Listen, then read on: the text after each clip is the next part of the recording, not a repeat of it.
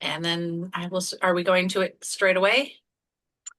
I'm going to go ahead and, start Oh, the meeting formally in okay. about 2 more minutes, and we'll, do the formalities, and then I'm going to introduce the congressman, and then I'm going to turn it over to our vice president, who will be collecting questions.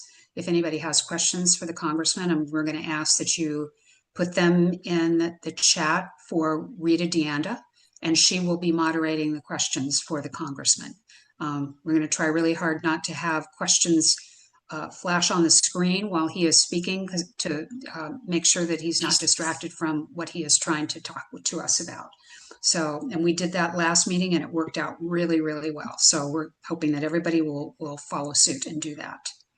So we've got about another minute, and we're gonna get started right away, and we will continue to have people join us as they show up.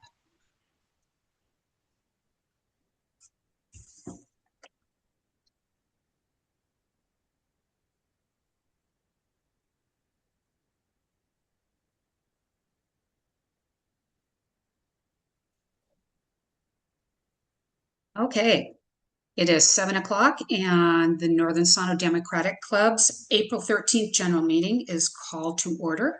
We have established a quorum, and it was great to see so many of you here before the meeting. And we want to welcome all of our NSDC members and guests this evening. I'd like to start by introducing the members of the executive board and our alternates. I'm going to start out by introducing Rita Deanda, who is our vice president. I'm going to introduce our secretary, Nancy Federley, our treasurer, Don Lowry, and our outreach chair, Julia Routson Thomas, and our 5 alternates, Kaz Paget, Tony Yang, Tanya Alston, Clara Oakes, and Gian McDougall. So we're glad that you're all with us tonight, and we're going to, and I'm looking to see if Audra Orr has arrived.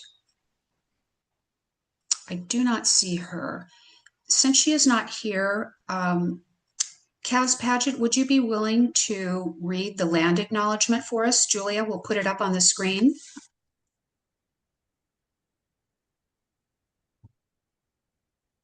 Okay, I'm trying to. Oh, that's tiny. Yeah, I think I can make it bigger here a little bit. Okay. Ah, there you go. Okay, all right. Okay, we should take a moment to acknowledge the land on which we are gathered for this meeting. For thousands of years, this land has been the home of the Patwin people, including the Yoka Dehe Winton Nation today. The Patwin people have remained committed to the stewardship of this land over many centuries. It has been cherished and protected as elders have instructed the young through generations. We are honored and grateful to be gathered here today on their traditional lands. Thank you, Kaz, for reading the land acknowledgement. So let's start with just a really quick moment of silence to keep the brave men and women of our military in our thoughts.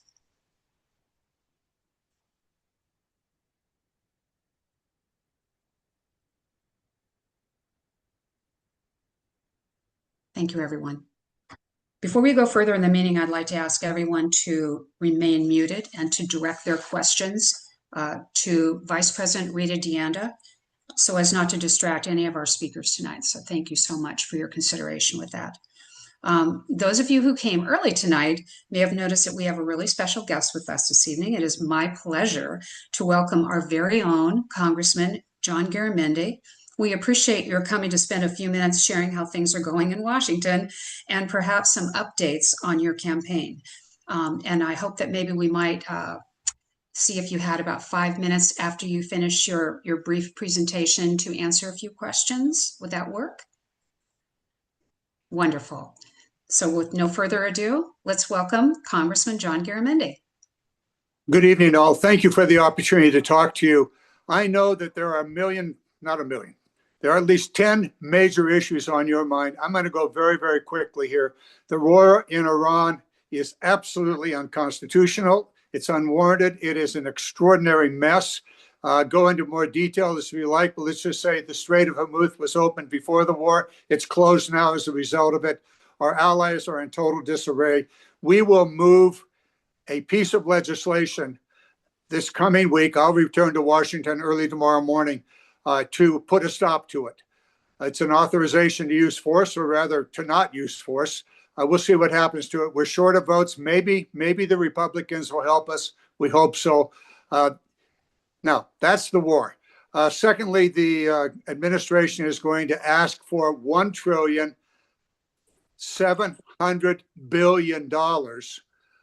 That's 700 billion new dollars from last year's defense authorization.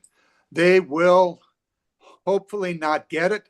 We're looking for Republicans to join us on this. I'm a clear no vote and go into a lot of detail about this if you'd like. But the bottom line of this is there's just under $1 trillion in the current defense appropriation and budget.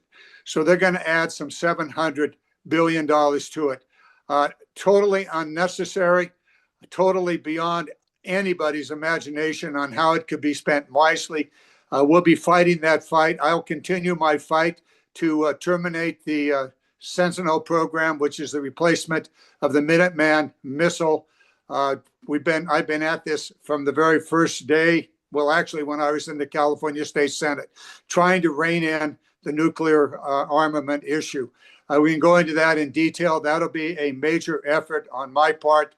We're going to continue to try to push what I call the Interstate 80 bioag research and manufacturing corridor. This is the new pharmaceutical, biomaterial, bioenergy. All of that is along Interstate 80. The research at UC Davis, both medical and agriculture, Berkeley, and then over at UCSF.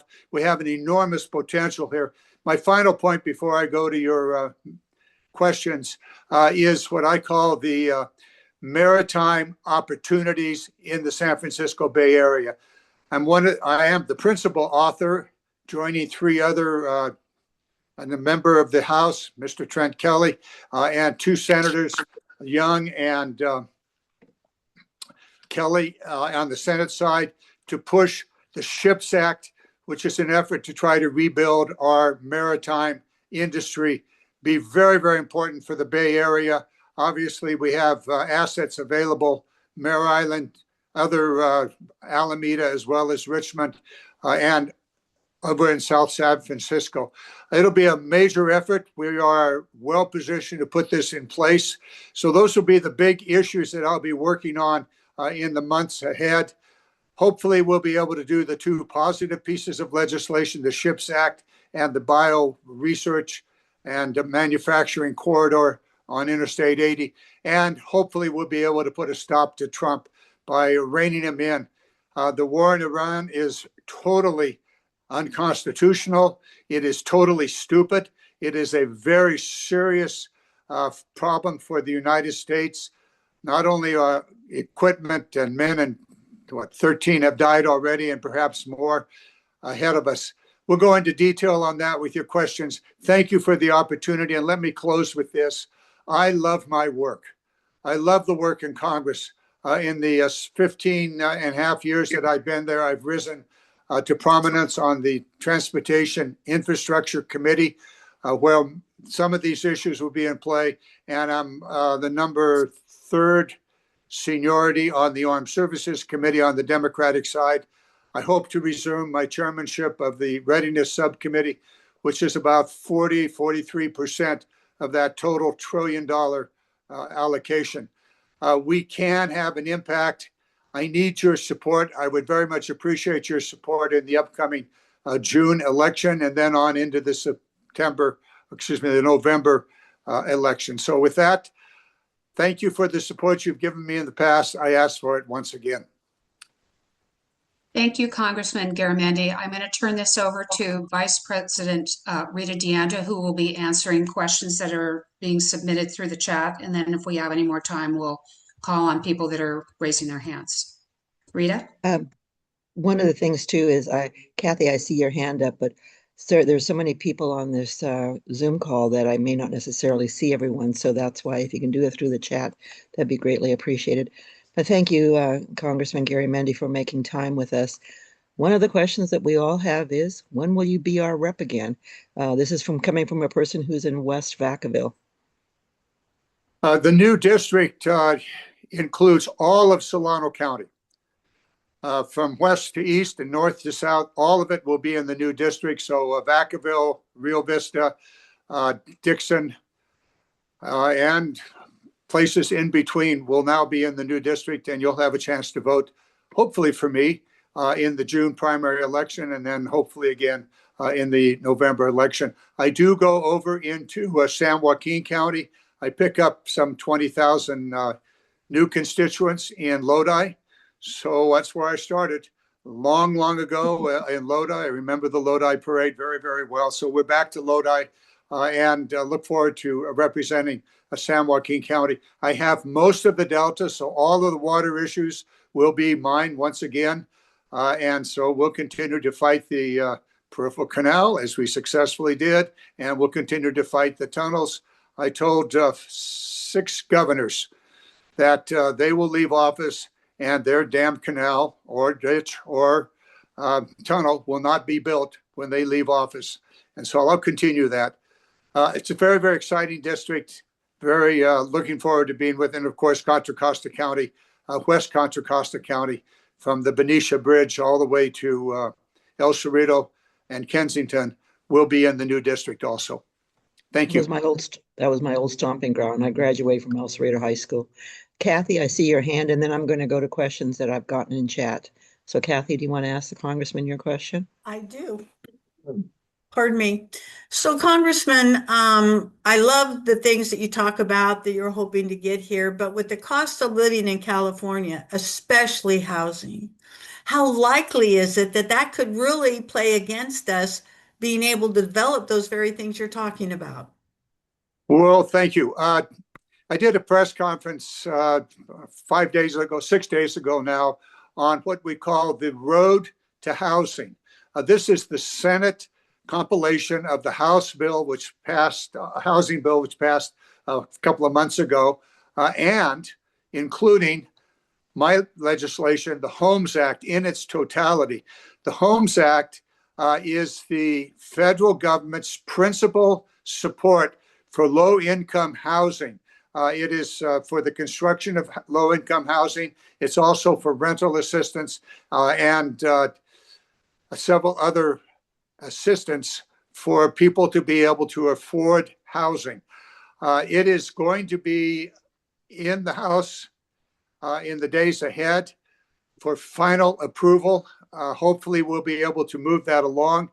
If it does pass, then the opportunity for significant assistance to build and for people to afford moderate and low income housing will be in play.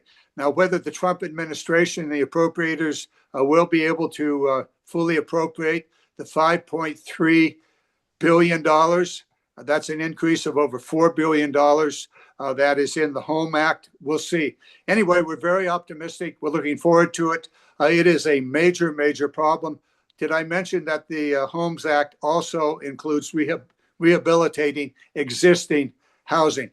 Some of that has been done. About 121,000 units have been improved in California, built and improved. So we'll see. It's a big, big step forward. I'm really excited about it finally. Oh, by the way, I first introduced the bill in 2000. It does take a little while to move things through the Congress, particularly given the ongoing chaos. Thank you. Thank you. There is a question about universal health care, which you've been supporting for years. California is putting together a CalCare bill, AB 1900, that is supported by the California Nurses Association. As a Californian, do you support that?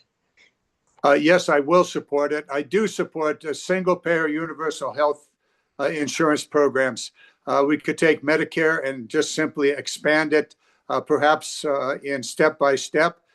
We've worked this through. It can work. It will work. And it does eliminate an extraordinary amount of overhead and moves the private insurance companies out of the way. Right now, they're ripping us off to a fairly well. So there are different ways we can do this, but we just have to continue to fight. If it took us 5.5 years to move the Homes Act, my first iteration of the universal single payer was for Bill Clinton back in 1992 at his election, for his election, and for the convention where I was the principal speaker on healthcare, and it was a single payer universal healthcare. I am getting impatient, however. Next question. This one has to do with the Trump's war of choice. It's significantly depleted our mission stockpile and weakened our strategic position. Will the NDAA resupply our military, or is the money going to Trump? That's an editorial comment. Well, this is what we have to work out. We'll be working on the National Defense Authorization Act Wednesday, Thursday, and then on into the days ahead. We absolutely do have to replenish our stockpiles of weapons. This is one of the problems that Trump apparently and Hegseth and his people didn't anticipate, is that we would use and consume an extraordinary amount of very, very sophisticated weapons in the attack on Iran. And also, we have moved weapons away from Ukraine to the Iran fight. So yes, we do have to rebuild our stockpile, our magazines, and we will do so. I have a meeting later this week with the Indo-PACOM commander, Paparo, and I know what's on his mind, because his weapon stockpiles have been significantly used for the Iran fight. This is part of the stupidity of the whole Iran situation. We will be dealing with that. I'm going to be very, very tight-fisted here. I do know that there will be games that will be played by my Republican colleagues and certainly by the administration trying to plus up unnecessary expenditures. But we'll see. I know this inside and out. This is what comes of 15 years of experience on the Armed Services Committee. And good news is that Adam Smith is very, very much, he's the ranking member, very, very much in line with my thinking on this, or my thinking in line with his. And I believe that the Democrats will be very, very tight-fisted and very, very purposeful as we look at what we have to do to recover from the Iran war. Thank you. As I see your hand, but I'm going to ask one other question. One of our members wanted to know, how can we support you in your run for Congress? Well, your vote. I really need your vote. And as I have for some 38 elections, I would very much appreciate your vote. Beyond that, your friends, your people you associate with, maybe a spouse, maybe a child, I would ask you to ask them to vote. Now, beyond that, we have to take back the House. If I get elected and we don't take back the House, there is very little, significantly less that I can do to put the brakes on Trump. And so I would ask you to look at those races that are in contention in California. And I'll give you, well, let's get that information off to all of the members of the committee, of the Northern Solano Committee. And I would ask you to reach out to those who've been very good at doing this in the past. And we have 5, maybe 6 seats that we could pick up here in California. So we're going to, first, I'd like to have your vote, and then continue what you did in previous elections, working to reach out in those seats that we have an opportunity to take. I won't list all of them here, but they'll be available to you through your leadership of your committee, and there will be efforts made. For example, the Valadeo issue district has always been in play. It is in play again. We'll see what happens in the primary. We have 2 very good candidates there. We'll see how that turns out. One or the other of those has a chance to take Valadeo out. So yes, continue that effort. I don't see anything in the chat. So Kaz, do you want to add on to your question? Yes. Thank you, Congressman. That question about universal health care was from me, obviously. We've talked about that before, you and I. Yes. The thing is, I appreciate that you support CalCare, and I would like to ask you, please call your assembly member, because twice already this kind of bill has been brought up and it died in assembly.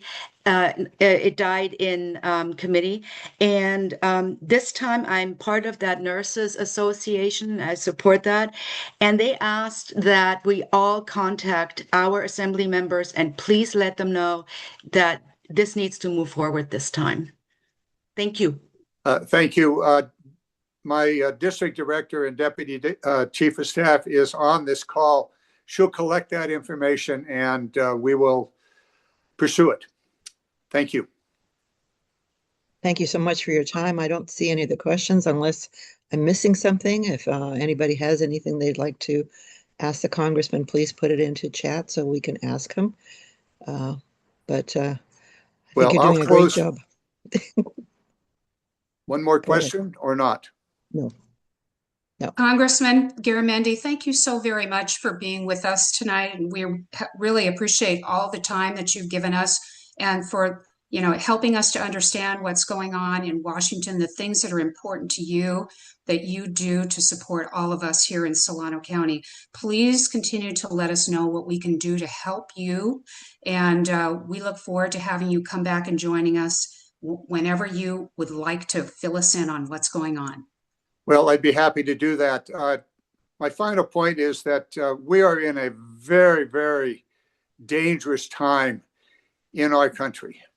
I won't go back through all the issues, but what I have found is whether it is tax policy, healthcare policy, environmental policy, war and peace, and infrastructure of all kinds, I find that the years that I have been able to be in public office, both elected and appointed, it is all in play now.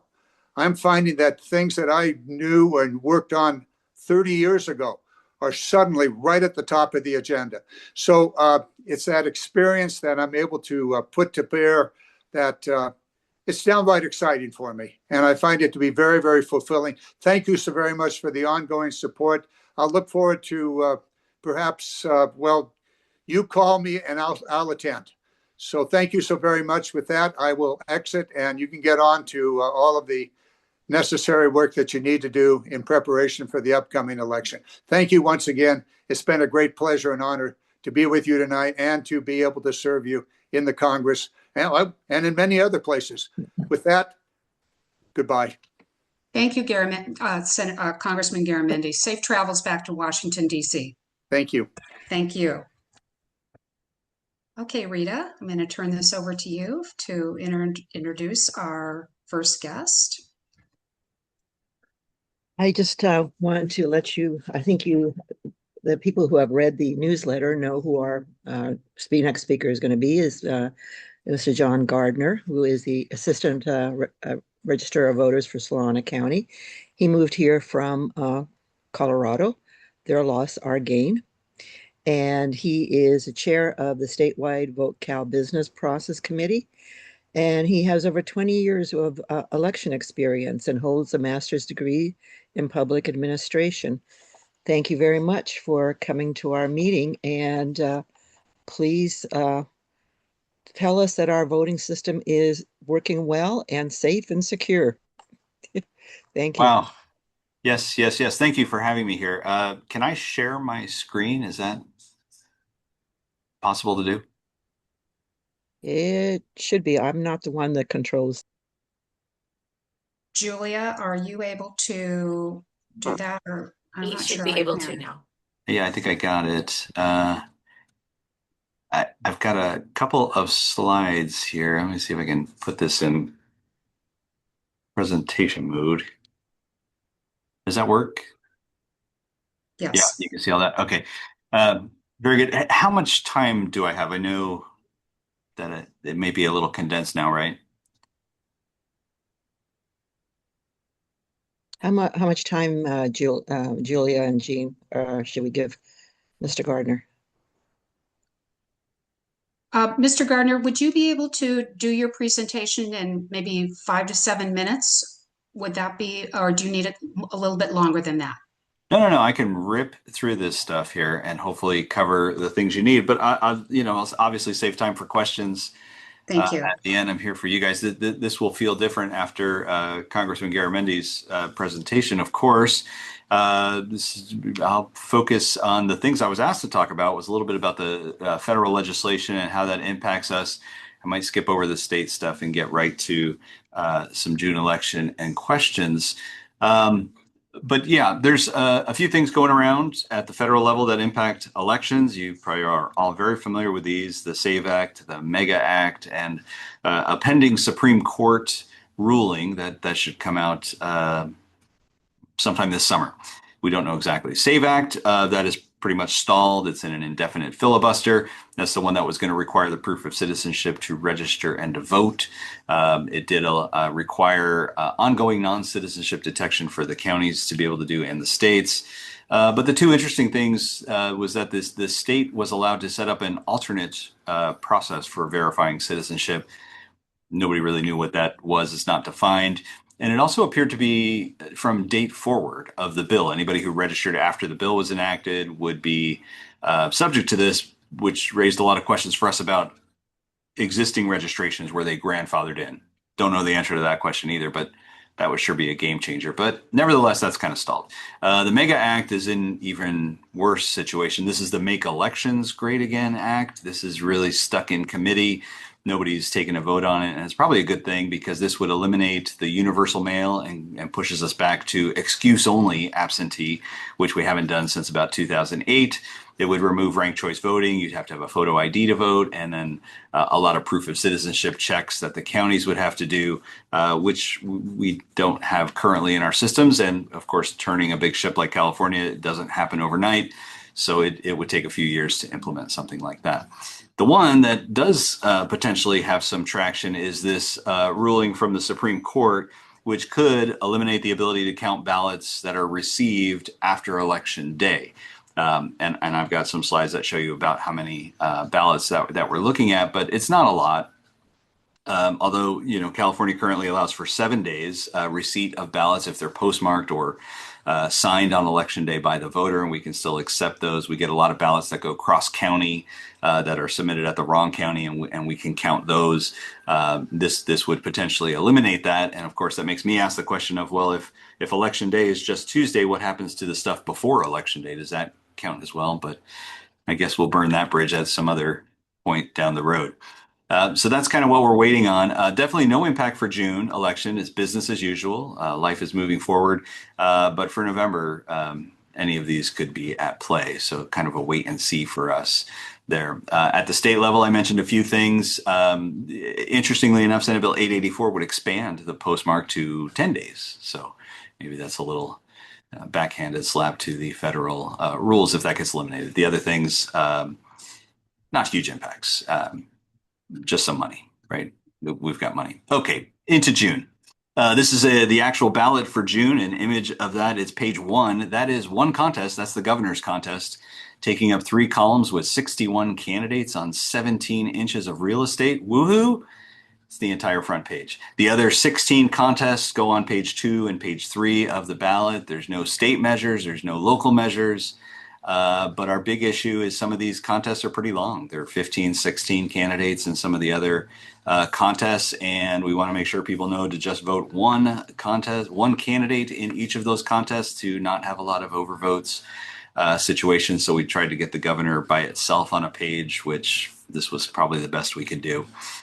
We're expecting about a 30% turnout overall for the election. Primaries typically have a low election turnout, but all bets are off with the atmosphere today. So there's a lot of traffic going on about elections, so we don't really know what to expect. We have expanded our drop-off locations to include all the Solano County libraries. It's a new partnership for us, and of course, libraries are open on weekends, and a lot of them are open after 5 p.m. So that's a great opportunity to expand dropping off your ballot if you don't want to use the post office. Find a library. Pretty simple to do. And of course, we have full service voting here at our ROV office for 30 days. We call that early voting for 30 days. It's right here at our office. Not a lot of people take advantage of that, but it's growing in numbers. By not a lot of people, I mean less than 500 over all 30 days. It's pretty low numbers for us. Voting by mail is a big thing for California. We're no different. 90% of the people who do vote will vote in a vote by mail ballot. They may drop it off at a drop off site or they may use the post office, but it's a big number, 90%, which means 10% of the vote will be at our polling places. Pretty low number. Interestingly, the folks who have returned those ballots have switched. They used to drop them off in the mail, 78% in 2016. Now it's about 30% that are using the post office. So they don't like that method either. And that helps us with the elimination of the postmark plus X number of days, right? Fewer people are already using the mail. Most are using our drop-off sites, which is a great thing. And also, if you look at the trend in how we're receiving the ballots back, that number used to be 2% where we were getting back after Election Day, probably because we were getting a lot in the mail. Now it's down to 1%, sometimes even less than that after Election Day.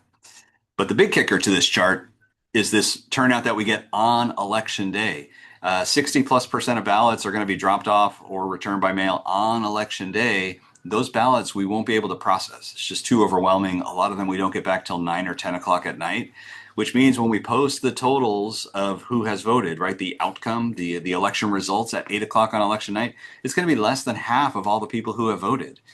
So if there's a close contest somewhere in the county or state or federal level, it's going to take a few days to flesh that out. Not because ballots are coming in late, but because we just couldn't get to them, right? If we get 60% of the ballots back on election day, it'll take us Wednesday, Thursday, Friday to get through those. So you really have to watch our website to see how many ballots we still have left to count to know if the contest is going to get resolved or not. This is just a reminder on election days, ballots are already out in the mail to our UOCAVA military voters. We sent a lot of email ballots out today. The rest are going out this week in the mail. Domestic or the local voters will get their ballots on May 2nd. Those are the drop date for us. And then May 4th starts the return. May the 4th, vote your ballot. And that goes all the way up until June 2nd. 8 p.m. on June 2nd is the last chance to drop a ballot off or vote in person. And it'll take us about 30 days afterwards to certify those results. All of this process that we have that I talked about is very open and observable. If people are interested in what we're doing and you want to see how the process works, you don't have to make an appointment. You don't have to ask for John Gardner. You just show up at our counter and say, I'd like to see what you guys are doing. And myself or one of our staff will give you a tour and show you all the different things that are going on in our office. And, the list is pretty extensive. You can watch us do signature verification all day. That's pretty exciting. You can watch us hand count ballots in our audit. Also very exciting. But if you question any of the voting systems or you know somebody that has a doubt about the voting system, have them call our office and come down and get involved in some of those audits that we do, or especially that hand count. It really eliminates concern. And signature verification, we explain a lot about the voter registration system and how we check signatures to make sure a vote by mail ballot belongs to that voter. You can help us do non-election day activities. You can staff one of our drop-off locations. Of course, you can adopt a polling place on election day. It's a big fundraiser. You could make $4,000 or $5,000 for your group, or maybe there's some outreach program that your kids are involved with. It's a great opportunity for them as well. So these are just some ideas of things for how you could get involved in our office. And that's all the slides. Did I make it in my 5 to 7 minutes? I do okay. Okay, yeah, that was the last slide. So happy to entertain questions. I know that was really quick and I rambled through a whole lot of stuff, but hopefully something to talk about. I do have a couple of questions. One has to do with typically how many people observe election counting? Yeah, it really varies. There's always somebody every day. It ranges from 3 to about 8 on a given day. Different groups of people. It could be a candidate or a campaign or just political parties that want to come by. The grand jury likes to pop in on us. So it's all over the place. We really don't ask for names, so it's hard for me to say who the people specifically are unless they come back day after day. But we're just used to having people hovering and watching over us, and it's just part of the operation now. The other question someone had is that can someone run for supervisor and then mayor, even though it's in the same year's election? Yeah, I think we've answered that question. That's been in the press as well. Yeah, the answer is yes. You can be on the ballot for multiple contests. You just can't hold multiple offices. So you would have to pick one, and you could put either office in an interesting state, right? If you were elected to both and win both of those offices, you choose one of those. But now there's a vacancy for the other office, and somebody's got to pay for a special election, or there's an appointment by the governor in some cases. So the rules aren't really one-to-one on how you resolve that vacancy issue. But that kind of is the hiccup that would come to play in that situation. I had a comment from one of our members who says, I have to say the ROV tour is amazing to see, especially the election day tour. It gave me a lot of confidence in the voting and counting process. So I've also been, I watched hand count, and it was really thorough. And so anybody who has any doubts just needs to come into the office and check it out. So Yeah, it's great. And we do tours with kids and schools as well. So, if you've got kids that are coming of age to vote, it's really, really good to see how their ballot is handled and to know that their vote really matters. I think that's what I see a lot of kids get out of it. Not to mention the fact that they may become lifelong voters or actually work at a polling place. That helps too. But, just inspiring people that this is a really important process and it's handled very seriously with a lot of checks and balances really helps out. this is a question about signature verification. I'm sure my current signature doesn't look much like the one on file. How do you verify signatures? Yeah, that's great. So every ballot that we receive, every envelope that we get in is manually looked at, every single one by our staff. Human eyes are looking at that. And we're looking for characteristics in your signature. It may not be exact, but maybe the way your letters slant or lean to the side may be consistent. How you drop a loop for like a J or a Y below the line. How you might cross your T's, dot your I's, or you don't. How you close loops on letters like A's and E's and O's. That may be consistent. And if not, we have multiple signatures on file from your voter registration record. These may go back for years. You may have signed a petition somewhere, and we can use those signatures as well to check. Ultimately, if not, and we can't get a match, and our line level staff can't find a match, our supervisors don't find a match, I don't find a match, we'll send a notification to you, and that'll be a phone call, a text message, could be an email, or a physical letter that says we've got a problem with your signature and we need some help. So there, you have opportunities to cure that all the way up till the day before we certify the election. So we're doing outreach to get those signatures to match, and our numbers are pretty low compared to the state average. It's typically about 1.5% are rejected statewide, and we're down to about 0.8%. So because of that outreach that we're doing to get people to cure those signatures, it's really been working out for us. And I have a question for young people to try to vote. The ability for 16 and 17-year-olds to pre-register to vote, and how does that work? Yeah, so young folks often get pre-registered through the DMV when they get their permit. We're often getting that information to do outreach to them. Through that process, we'll get a notification and we'll send information about what pre-registration means. But outside of that, anybody can fill out a registration form, right? And that would be considered a pre-registration form. It could be online through the Secretary of State's site or just a paper form. Or when we speak at schools, and we do our outreach program, we will register folks there and we'll talk to them about the process. But they're held in our system as a pre-registrant until they turn 18. And if they turn 18 by an election, like we've already kind of opened that up for the June election, then they start getting the voting information and materials, and we'll start sending letters to them saying your ballot's going to be coming because you're 18 by election day, and here your ballot is on the way. Yeah. I was at a League of Women Voters event, and people from your office were there registering people. So you do go out there. I have a question about ICE and agitators of polling places. Have you heard any rumors to that effect in Solano County? No, nothing yet. And, to be honest, there have been issues in previous elections, 2020, 2024, big issues around the country, somewhat around our state. And Solano County has really been exempt from all of those issues. We haven't had threats to our staff or any of our family members. We haven't had poll workers accused or attacked. It's really been great. Some of that I attribute to the outreach that we do with both parties and both sides, just kind of educating them and informing them and bringing them into the process. The Republican Party has adopted several of our voting locations, and they serve as observers as well. So, we're in constant communication, and I think that's kind of helped just educate everybody about the process and the rules. I think you kind of answered this question, but do you compare the signatures at all to driver's licenses or anything else outside of the voting system? That's a great question. Primarily, it's the driver's license because that's typically the newest signature that we have on file when people update their registration or driver's license information. But if you have signed a paper form or a petition somewhere, we have those signatures on file as well, and we use everything we can to try to make a match if the DMV license doesn't match. Okay. And how many people are registered to vote in Solano County? We're currently at 280,000 registered voters. Yes. Okay. And we haven't increased our staff at all. We're still at 8.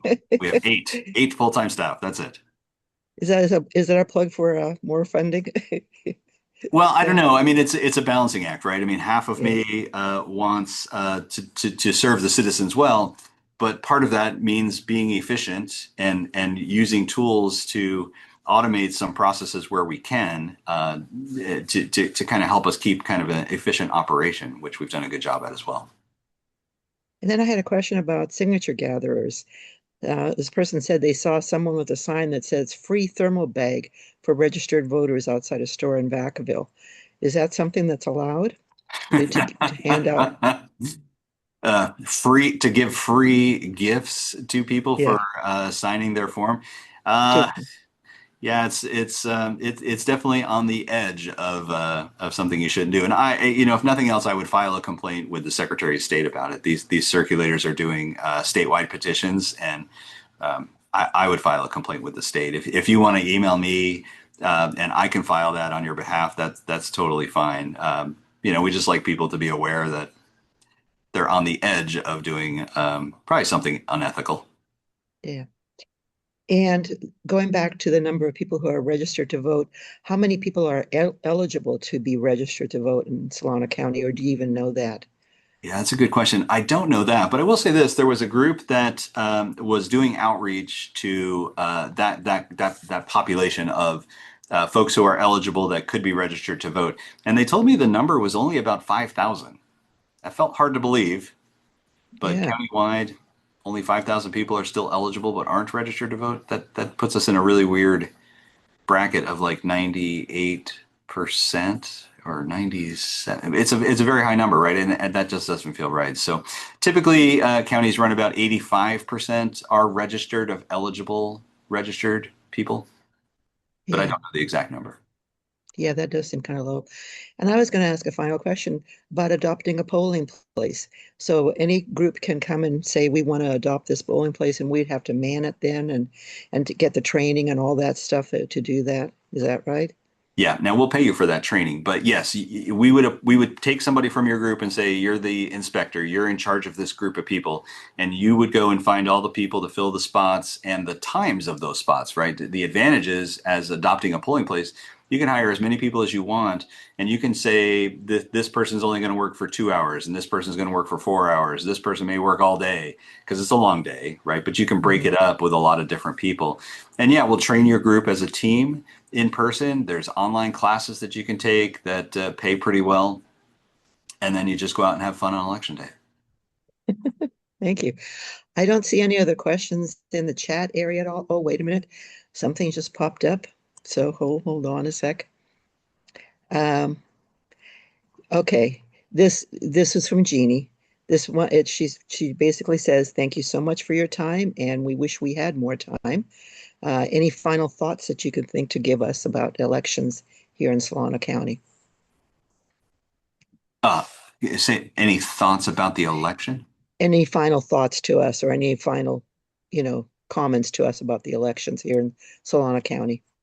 It'd be really It's really tough, right? We do a lot of work to try to get people involved in elections and increase the turnout, right? 30% is a pretty rough number. It's low. I don't know what the solution is to that. I mean, obviously, if people felt inherently like their vote made a bigger difference, that would help.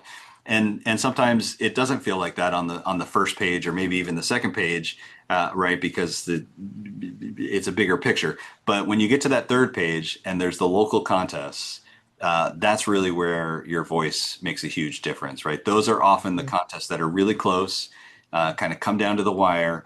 But that's also where a lot of your local dollars are being spent. And if you complain about the streets and the potholes, or whatever it is, right? You talk about housing being really expensive, some of the just major social issues that we have, that can really be impacted at a local level. And those contests are often the one that people are missing, the third page of the ballot. And, how to do that outreach there. Yeah. That's a really tough That one. really speaks to one of our members who's running for school board, who says that's where they are in the last page. And when by the time people get there, they're fatigued. I'm So so thank you sorry. for that comment. I appreciate that. Sure. Thank you so much for your time. Really appreciate it. And anybody who needs more information just can reach out to you. Is that correct? Yeah, you bet. I think I put that up on page one. There's my direct office number. There's my cell phone. Not afraid to give that out. I try to call everybody back within the same day. Definitely, if you email me, you'll hear back pretty quick. Yeah. Again, thank you for so much. And you've been very helpful and easy to deal with. So I really appreciate that. Thank you. Absolutely. Happy to be here. Thanks so much. Mr. Gardner, thank you so much for being here with us this evening. You have been a wealth of knowledge. And, the subject that you are exposing to us would probably be really worthwhile for us to try to have you come back for a more extended period of time so that we could ask a lot of questions and really kind of get more into the weeds with you. We actually have a committee, a working group called the Forum, where we actually meet and have almost an hour of time to have someone come back and to really talk to us about a subject that's super important, and voting and being part of the civic experience is so important. I hope that we might be able to have you come back and to spend more time with us. Absolutely. That would be wonderful. Say Again, the word. Yeah. thank you so much for being here, and we really appreciate you so much. My pleasure. Thanks so much. Thank you. All right. Good Bye, evening. everybody. Bye. Rita, thank you so much for moderating and facilitating all of the questions, and for having our guest be able to do such a great presentation.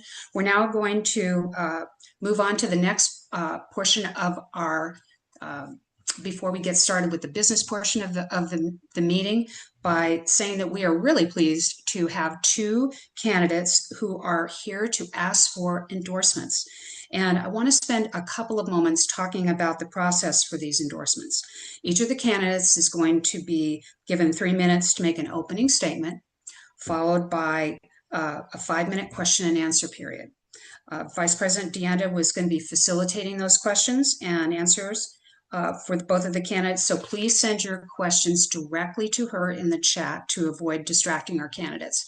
After both of the candidates have finished, they will be placed back in the waiting room by Outreach Chair Julia Routson-Thomas for a club discussion. After the discussion, she will administer both of the polls to endorse our candidates.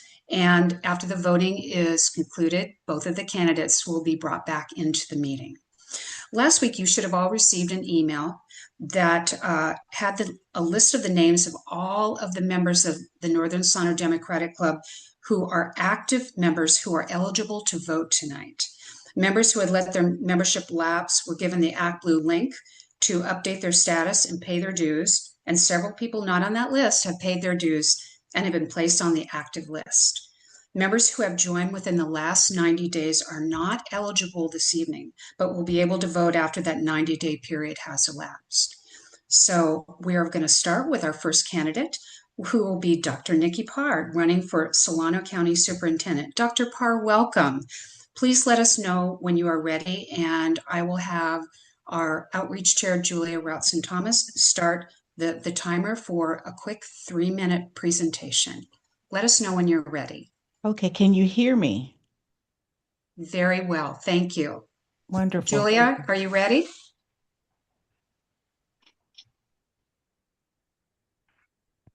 Okay, well, I'll get started. Good evening, and thank you for being here tonight. I appreciate the opportunity to introduce myself and share a little about my background and my work in public education. My name is Dr. Nikki Parr. I grew up in Solano County, and my husband and I are raising our 3 sons here. This community is home, and I understand how safe, supportive schools shape not only students, but entire communities. I have spent 27 years in public education, including 12 years at the Solano County Office of Education. And during that time, I served as a program coordinator for homeless and foster youth services, and later as Senior Director of Student Services and Educational Options. In September 2025, I was appointed County Superintendent of Schools, and I am now running to continue this work. Throughout my career, I have focused on building systems that respond to students' needs and remove barriers to learning. The values that guide my work are equity, access, opportunity, and care for the whole child, are aligned with democratic principles. I have led countywide initiatives that make schools safer, more inclusive, and more supportive, including helping spearhead the opening of 50 school-based wellness centers that support students' emotional regulation, stress reduction, and overall well-being so they feel better prepared to learn and thrive. In 2021, I launched the Solano County School-Based Mobile Crisis Response Program, which provides immediate mental health support to students experiencing crisis directly at school sites. I have written and managed nearly $30 million in grants to expand school-based mental health and increase access to clinicians, address community trauma, and support schools after critical incidents. As county superintendent, I continue to focus on expanding career technical education, strengthening mental health supports, improving school safety, and prioritizing the well-being of teachers and staff through strong collaboration with districts, families, and community partners. I'm proud of the work I've done in Solano County, and I am deeply committed to our students, educators, and schools. Thank you for the opportunity to be here this evening, and I appreciate your time and consideration. Thank you, Dr. Parr. I have seen you do this several times, and you have a unique skill of being able to finish almost exactly on the 3-minute mark. I admire that skill greatly. You did wonderfully. I'm going to turn this over to our Vice President, Rita Deanda, for any questions that have come through the chat. I do not see any questions at this point in time. It could be because education is such an overwhelming topic and there are so many issues there, funding being the most obvious one. And but unless somebody, Kathy has her hand up, and so maybe Kathy can ask a question then. I do have a question, and that is that with the economy like it is, and so many families one step away from homelessness, and so many of our students homeless, I know that some of the schools have like pantries where the students can get food or clothes or whatever. And what is the possibility of expanding that to even more schools? Expanding pantries. Does that make sense what I'm asking? Yes, Okay. and it's something that many schools take advantage of. There are organizations that actually sponsor schools, and what it takes is somebody at the district level to coordinate that and support that work. Know, for instance, that a sorority adopts a couple of schools and they make sure that young people have access to food from Friday afternoon when they get out of school until Monday morning when they come back to school.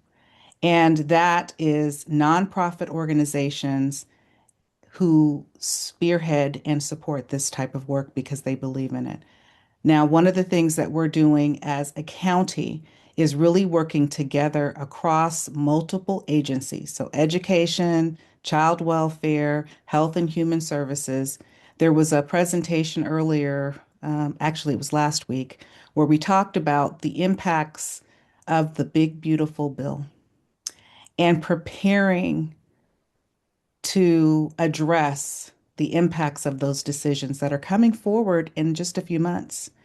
And one of the things that we talked about is that we have to get really comfortable working together to make sure that we align our vision, our goals, and work together to support continuing the great work that we currently are doing with our community. But there is definitely a need for more food pantries. We've worked with the Napa Solano Food Bank and have deliveries at schools on particular days. But once again, it takes somebody to coordinate that. I did have a couple of Question. questions come up. One is, how is SCO going to help the gap for at-risk students? How's what? Oh, that is a huge topic, at risk. We work with the districts, each district, to take a look at their data to determine specifically what their needs are. And we recognize it's not one size fits all. And ensuring that we connect them with community resources, we give them opportunities to pilot programs, and we also connect them with maybe a district either locally or in the vicinity that is similar to theirs that has done positive work. That continues to be an issue, what we're doing to help support young people that are starting to fall through the cracks. And we continue to work with the superintendent to lead those districts in services and supports that they need to be effective with our children. And what are the ways that you would like to develop to support school safety, in particular, like school shootings and things like that? I was just in a meeting today with an individual, Jason Johnson. Jason Johnson was an officer in Vacaville, and he is phenomenal. We have a network that we have established where we invite districts to come and learn together. We are trying to ensure that every district uses the same protocol. We have a system that we are trying to ensure, I believe every district, there's one that's coming on board, but every district is using a system called Catapult. It's a way of communicating when there are critical incidents on campus. We want to make sure that we're using the same language, that we're all receiving the training, because training is prevention. And we need to be preventing these terrible incidents from happening on campus through that coordinated effort.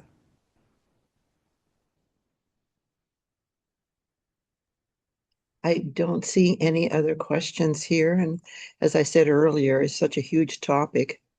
But thank you so much for all your for answering all those questions. Thank you for the reminder, Julia. All Thank right. you, Dr. Parr. We are now going to introduce you to our second candidate for endorsement, and that will be Nancy Dunn, who is running for re-election in the Vacaville Unified School Board. Welcome, Nancy. As Nancy is asking for an early endorsement, she will need to be endorsed by a 2/3 vote of eligible members here tonight. Nancy, please let us know when you're ready, and we will start the timer for you to hear your introductory statement. Okay, I think I'm unmuted, am I?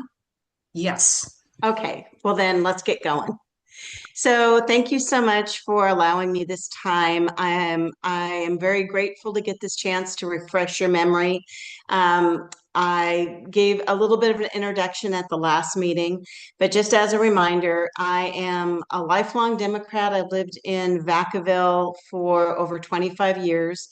And I've also retired in 2023 after 25 years as a public school teacher.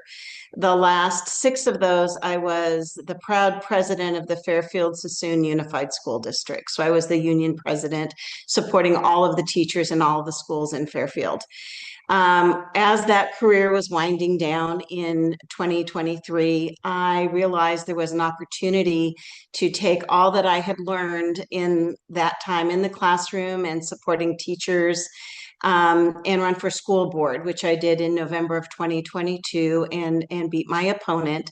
So it's been my honor to serve for these last 4 years, and I am looking forward to doing it for another 4 years. I am greatly honored by my colleagues on our board. We have a fantastic board, and I am fortunate enough that they have honored me by choosing me to be their board president. This is now my 2nd year, so 2 of my 4 years I will have served as board president. I am a passionate public school advocate. There's no way around it. That is why I am on the board and want to continue my work on the board. I want our schools, which I think are fantastic in Vacaville, and I want them to continue to grow and be the kinds of schools that all of our kids deserve. And that's a tall order, and it is doable, but it is doable when you have a great team, a great school board, great administrators, fabulous classified and certificated people, all keeping students as the focus of every decision that we make. I am seeking an early endorsement because, as we've heard numerous times this evening, it's going to be a big deal in November. And if I am successful in showing strength and unity and support for the work that I have done and continue to do or hope to do, and I do not get an opponent, then I will actually be off ballot. And I will not be the footnote on page 4 or 5 or 6 or however long that November ballot is going to be. And it also will allow me the opportunity to support other candidates, both locally, statewide, and nationally, to forward our democratic agenda. Thank you so much, Nancy. Now I'm going to turn this over to Rita Deanda for any questions. Well, I don't see any questions at all for you. So is there anything else that you want to? Oh, I'm sorry. Something just popped up. Okay. This is a very big question, but what do you think the upcoming year's biggest challenges are going to be for the Vacaville Unified School District? I would say 2. The first one is continuing to work on our early literacy push. We know that we need to have students reading at grade level by grade 3. And you can look at study after study of student success measured in various ways. And a really key factor is getting those early reading skills. And also, we are not leaving math behind in Vacaville, because we are also working on a TK through 12 math plan that we're going to be implementing. The other challenge is going to be, quite frankly, being able to compensate our classified and certificated employees so that we can attract and retain the very best in our district without going into deficit spending. We are all very familiar with how schools are financed and the challenges there. And if you look around, you will see that there are a lot of districts making promises to the compensation of their employees, which are going to be very troublesome in the out years. And we need to absolutely honor and support all of our employees, while also being good fiscal stewards of the district's finances, and make sure that we are balancing those things. But we absolutely need to compensate our employees for the important work that they do. There was a question that came up in terms of, and the other district areas in the Vacaville Unified School District, are there any other good Democrats that you know of that should be running for board positions? Along with myself, there are two other current incumbents, and I believe they are both running for reelection. Santiago Serrato is running for his district, and as is John Jansen. And so we have a very cohesive board, and I don't know of any other opponents for any of our seats at this point. It's still a little early. This is an early endorsement that I'm seeking. But if we maintain status quo on our board, we have a rock solid group to work with. And if you end up getting a challenger, how do you feel like you're going to be able to face that challenger? Or do you see a challenger coming up for you for the November election?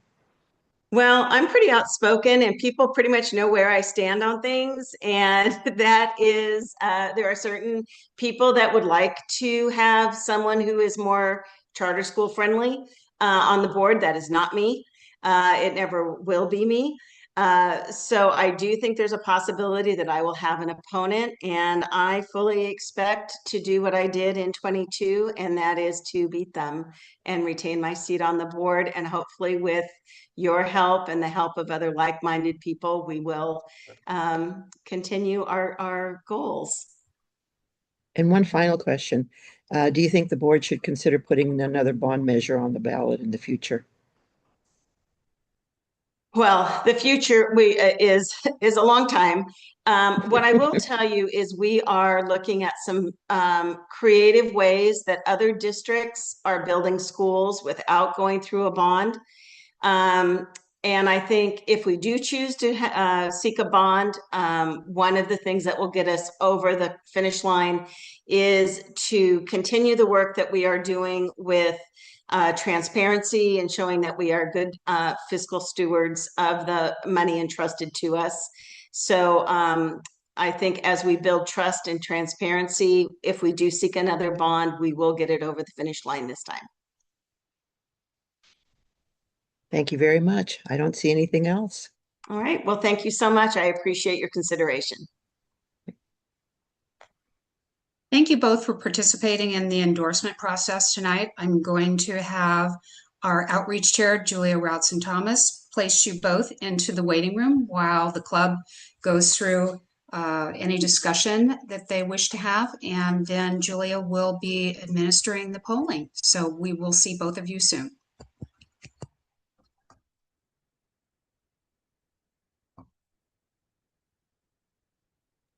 Okay, good. Thank you so much. All right, everyone. We've heard from both of our wonderful candidates. Do we have any discussion that we need to have before we start our endorsement polling? I'm just going to ask you to raise your hand if you have anything real quickly. Yes, Julia. So I understand we don't have another candidate for superintendent. Nikki Parr is a member.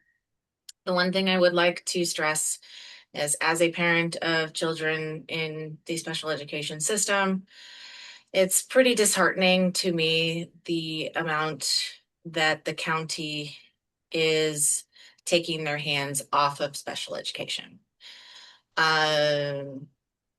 Nikki Parr is in line with all of that thinking, and it is like none of her answers were surprising to me. So that isn't new. It's just something, and I have spoken with her personally about it. It's not something that, any of this will come as a surprise to anybody.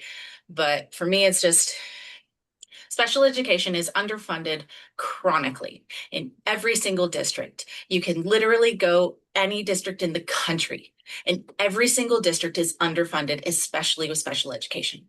They require all of these things that are needed for these students, and they don't fund it. So believe me when I say I understand the difficult position that these districts are in. But for me, the county used to have a lot of really great programs for our kids. For early intervention, they have the Me Too program, which is amazing, but consistently being cut back as to how many people. Every time somebody retires, they don't replace them. They're trying to get rid of this program. It's been one of the most amazing programs in the county for kids under 3. You have early education, so pre-K and TK within SCO for these kids that they've already cut the Irene Larson Center's services for these kids. And now TC McDaniel seems to also be cutting back on theirs as well. So kids who are in smaller districts, so Benicia, Travis, whatnot, don't have access to Vacaville's program, don't have access to Fairfield Sassoon's programs. So what they're getting is whatever they have available. So anyway, this is just something that for me has been a frustration and will continue to be so. Thank you, Julia. I appreciate you sharing your thoughts. Do we have any? I thought I had seen another hand raised. Did I? Amy Russell. Yes. Hi, Amy. Hi. I hear you, Julia. It's so frustrating. And I think particularly prevention and early diagnosis, early support makes such a big difference in the long run and looking for systems and candidates that can support that and making sure you speak at the local school board levels to continue to advocate as well too. I think is what I'll say from that perspective. Regarding Nancy, I just wanted to speak from my personal experience is that she is someone who is so exceptionally hardworking. I've not been on the board long, but I've worked with 3 different presidents. She's the 3rd president I work with, and she's been exceptional in terms of how serious she takes her position, how well she prepares, how much she's out in the community serving. And if she does have a challenger, I would say it's in the best interest of the community for us all to wrap around her and do what we need to do to help her get across that finish line. But I think she is a true educator at heart and has such a nuance of depth of understanding of the issues at play and how to best serve the kids and how to best support the employees. So just wanted to put that out there. Thanks. Thank you, Amy. Audra? I'm going to kind of double down on what Amy said. As someone who's been on the board a little less than Amy has, in that Nancy has been just phenomenal in her leadership, mentorship, guidance on the board, and the things that she has guided us through, just her experience and her knowledge. And we've been through some stuff in the last year and a half on the board, between threatened strikes and having to search for a new superintendent and budget cuts and you name it, just some pretty serious stuff that we've had to go through. And just her guidance on these things and the ideas that she comes up with, just from her background as an educator, a labor leader. Um, she's just phenomenal. She'll come up with an idea and it's like, oh wow, why didn't we see that? That's fantastic. Just the way she can build coalition, she builds coalition and consensus. She's just phenomenal because she cares about the students, the staff. I couldn't ask for a better president on the board right now to learn under. And anything we can do to make sure she stays right where she is, I think we need to do it and have her working on other people's campaigns, like she said. Thank you, Audra. Do we have any other comments before we turn this back over to Julia to do the polling for both of our candidates? Yes, Frances. While I definitely understand and appreciate the discussions regarding the need to enhance special education in the district, I would highly support the candidacy of the endorsement of Nikki Parr. From what I have seen, I have not worked closely with her, but she seemed to present outstanding credentials. She has been appointed to her current position for a limited period of time, And it appears as though she has sort of frightened off her competition. And so I would just like to let it be known that I highly support her as the superintendent and for our endorsement. Thank you, Frances. Yes, Marianne, I see your hand is raised. Yes, I'm going to echo what Frances just said. I don't know Nikki per se, but what I have seen and heard of her speaks well to the office that she is aspiring to. And as a former special education teacher who worked for Solano County Office of Ed, I think that says a great deal. I appreciate her varied interests and compassion that she exudes for all students. I've been through a number of superintendents in this county. I think she might well be one of the best. That remains to be seen. But I am really, really in support of her. And I just want to say to Julia's comments too, Julia is correct.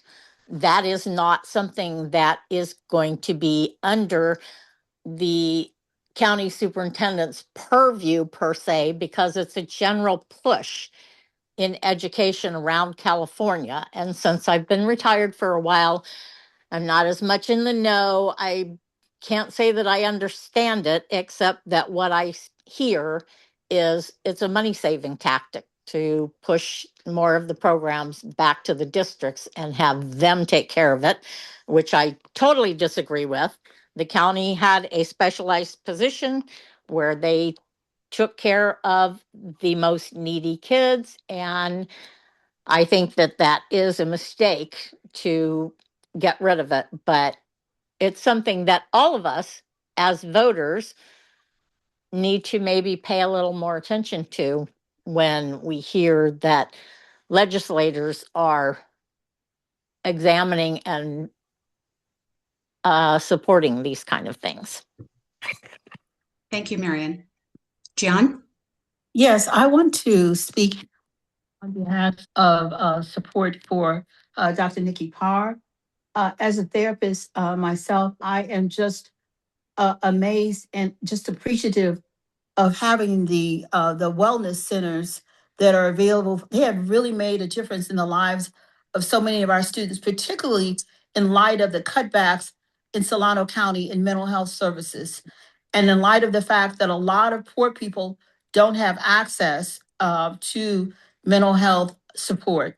So I stand in full support of Dr. Nikki Parr. I have attended almost all of the school board meetings, of the Fairfield-Sassoon Unified School Board meetings, even prior to her being on the board and her service on the board. I've attended almost all of, either in person or virtually, all of the SCOE meetings. So I have known her in the community for her work around the issue of not only mental health, but in support of our students and our community. So I stand in support of her. Thank you so much for your time. Thank you very much, John. Don?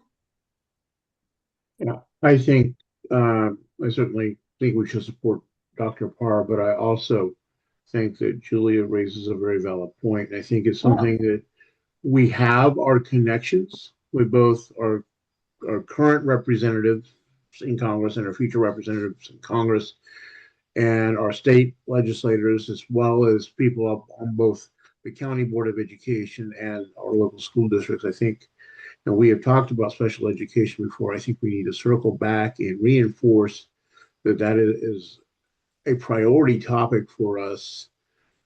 We know what the fascists in Washington have done to special education, is why we need a democratic Congress. But we also need to enforce here at the state and local level that every child deserves a quality education suitable to their needs and their abilities. And that includes emphatically special education. And that's something we need to be loud about, not just our parents who are dealing with it directly, but all of us in the community. So I'm going to say that we do not let what the concerns that Julie raised tonight just disappear into the ether, that we bring them up with our representatives throughout the year. Thank you, Don. Amy? Don, you said what I wanted to say so eloquently. I realized in my rush to talk about Nancy, I failed to talk about Dr. Parr, and and spot on. Like I wholeheartedly agree with this point that Julia made, but also that the issue doesn't actually lie at the local level; it lies at the funding level, and special ed is grossly underfunded, both from the federal government and the state, and that's the advocacy that we need to do. And for Dr. Parr to come in, having had this years of experience, but with her education background, I think it was Gian that mentioned the piece about the mental health clinics that she had talked about. And I think that is so important because there are so many mental health issues that are taking place. And to have someone with the experience of opening so many centers en masse, I think that's a tremendous asset for our district as well, too, or for our county. Thank you. Thank you so much. And I want to say how much I appreciate all of the thoughtful comments raised for both of our candidates. And I would like at this time to turn this over to Julia to do our polling to see if we are going to endorse these two candidates. Julia? We will start with the endorsement for Nicola Parr.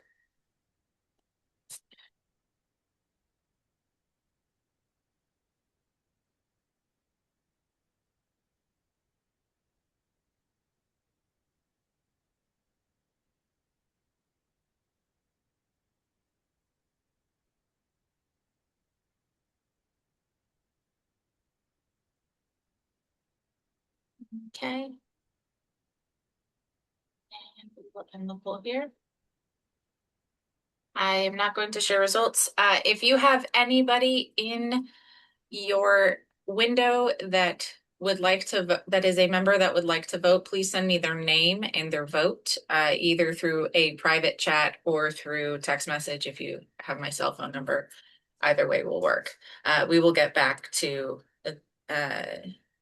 the announcement, and next we will do the poll for Nancy Dunn.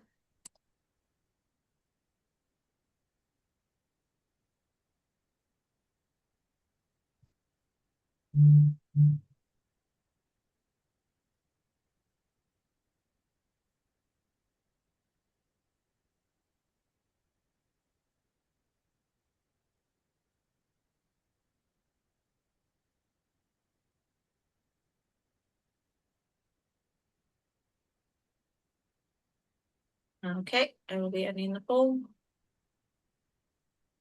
Again, if you have anybody in your chat that or in your screen that would like to vote that is a member, please send me a message via private chat. Great. Thank you, Julia, for running those polls so quickly, and thank you for everybody for voting so quickly. All right, so let's move on to the business portion of our meeting. We're going to start by approving the minutes for last month's March 9th general meeting. You should have received those minutes in the packet of information sent out to you last week. So Julia is going to display it briefly before we move on to any questions, comments, and then voting to approve it.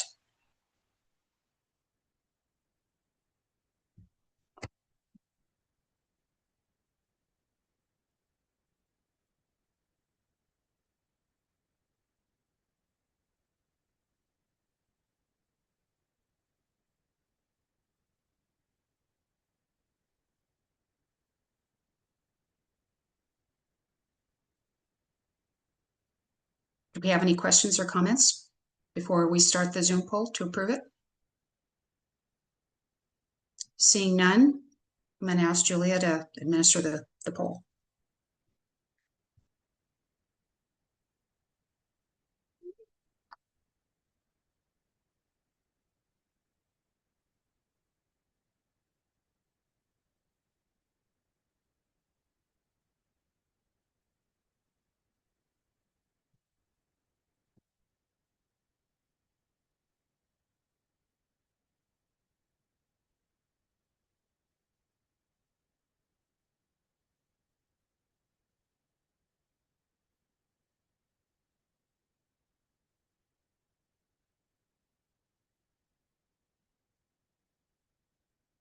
Julia, have we gotten everybody? Sorry, I apologize. Yes, this has passed. Did you see the share? Yes, thank you. Let's move on to items from the floor. Are there any items from the floor that we need to add to the agenda? Please either raise your hand or start putting it into the chat so that we can acknowledge that. Seeing none, we're going to move on to approving the agenda for tonight's meeting. You should have received the agenda last week in the packet of information, so Julia is going to display it briefly before we ask for any questions or comments about the agenda, and then we'll move on to the poll.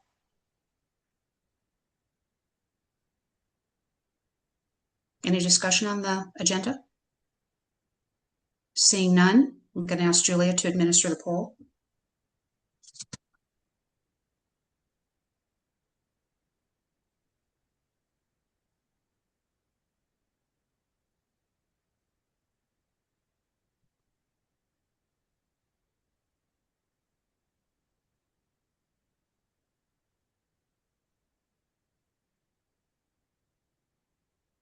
Okay, I'm going to give it a couple more seconds and then I will end the poll. Okay. Thank you, everybody. Great. Thank you all for voting so quickly. We're going to move on and have our treasurer, Don Lowry, make his report. And we'll see if we can get his treasurer's report displayed on the screen. And then I'm going to turn it over to Don. All right, thank you. We started March with a balance of $24,629.37. Had total contributions of $7,483. That is mostly from our Dem Prom, our Dance for Democracy, or whatever you wish to call it. And so we will, I'll just, rather than itemize, I'll just thank everyone for their generous support of that event. I understand that those who enjoyed their dancing had a lot of fun. So I'm glad you enjoyed it. Expenses, again, mostly for our event, catering costs, music, beverages. We also had software license come up for our annual Canva subscription and our Act Blue. So our total expenses for the month was $3,801.11, leaving us with an ending balance of $28,311.26, which we will be spending shortly. I want to thank, we have 4 recurring contributions for a total of $175 a month, and updating this figure at the bottom after our push and reminder this weekend, we have 125, that's 125 paid members for 2026. So thank you for everyone who took the reminder in good humor and renewed your dues. On the second page of the report, I did provide you a breakdown for our event. As it stands now, there is a check outstanding, one of our sponsors that I've yet to receive. That said, we still had even without that check, we had a very good event. Total receipts of $12,713. That included over 3,000 in our silent and dessert auctions, over 700 at our bar, and nearly 9,000 in tickets and sponsorships. We spent $2,439 with catering, $1,465 hall rental. Our DJ cost us $500. We also spent money on beverages and event signage, and I did include for this the breakdown of our Act Blue that was specific expenses related to the prom. So our total expenses of $53,43.93, leaving us with a net receipt of $7,369.07. So again, thank you all. A very generous of you all. And certainly did better than I think some members of the fundraising committee were thinking we were going to do just a couple of weeks before the event. So all of you who stepped up and supported the event, I think that, and this does not include the in-kind contributions of the items for the silent auction, all the desserts, and all the other materials that were supplied to the event. So thank you all for your generous support of this event. And we will be talking, I'm sure, in coming months about our 4th of July picnic, what that will be, and how that will play out. But again, a job well done by everyone. Thank you, Don. We're going to move into the committee and working group reports. We're going to hear brief reports from our committees and those working groups. We're going to start out with the fundraising committee. Don has already done a great job of breaking down the money that was raised at our fundraiser. And that money is going to, we're going to turn right around and we're going to use it to pay for the printing and the postage for about 9,300 postcards that are going to go out to Democratic voters in areas 3 and 4. And we're hoping that those postcards are going to be coming out to coincide with the ballots dropping in early May. We're now going to be starting to focus on our event for the 4th of July that we hope will be another fundraising opportunity that will help us get to our goal of sending out endorsement postcards to tens of thousands of Democratic households in support of our candidates, our Democratic candidates in the general election.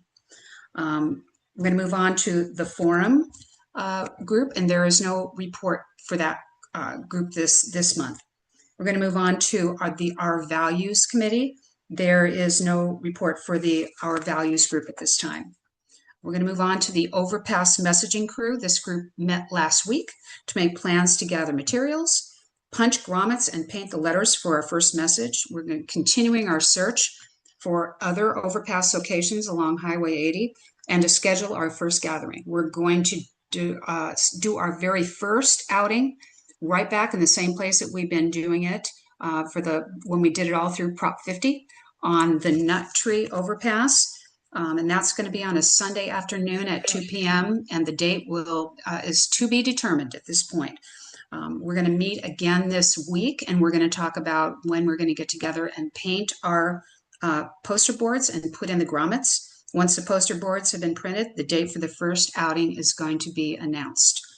For the legislative study group, I'm going to turn it over to, I think, Steve Federle, who is going to make a brief announcement. There is no report for the group, but he's going to make a quick announcement. Hi, thank you. Yes, we don't have a report tonight, but we will have a meeting on this coming Sunday, the 19th, and it will be at 2 p.m. And if you would like to attend, I will put a link to the Zoom meeting in chat. If for some reason you don't have that, but you'd like to attend, send me an email. Okay, thank you. Thank you very much. For the coffee meetup group, we are still searching for that perfect place in Fairfield so that we can have our next coffee meetup. We've had several members of our committee submit possibilities of locations, and we're going to be working on going and checking them out sometime this month. And hopefully by the time we see you in May, we're going to have a proposal for our next meet and greet for coffee. For the 2026 campaign group that's going to be working on all of the activities and efforts that we're going to be doing for outreach for all of our wonderful candidates for the upcoming election cycle, we are going to be having our first meeting on the first Tuesday of the month, and that will be on May 5th at 7 p.m. on Zoom. And this is going to be announced in the weekly upcoming events flyers. We're going to move on to club business. And I am wanting to see if Richard is here with us. I'm not sure I see him. He has been leading the effort for the dental health kits. And he wanted everybody to know that we have collected over 30 of those kits already. And we are hoping to get to at least a goal of 50 more, and for more than that, if we can. Tanya Alston reached out to me earlier and asked, how many we were looking for. And, really, truly, I think that as many as we can collect is probably going to be the answer. I want to say thank you to our member, Jonathan Richardson, who put out that wonderful graphic that was in the newsletter that talked about Opportunity House.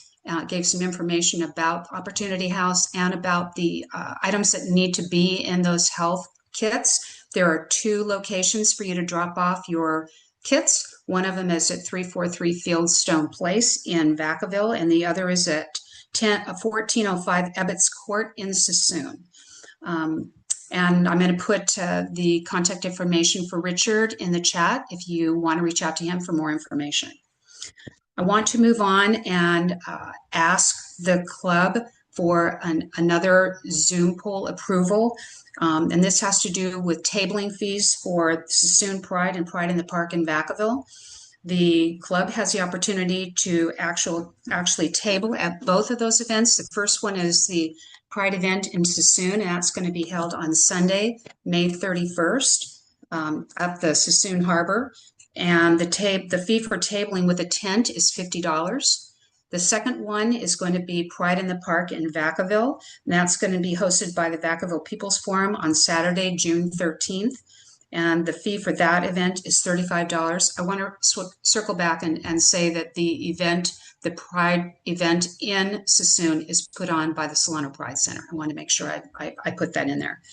I would like to propose that the Northern Solano Democratic Club approve of up to $100 to cover the entrance fees for both of those tabling events. Can I have a motion to approve this message? Did I hear a motion? I make a motion. Second? I second. And who did the seconding? We've had several people that reached out. Second went, I saw several people second. I want to help Nancy, who's taking notes. You can give it to Jeannie. Okay. I'm going to ask Julia to administer the poll.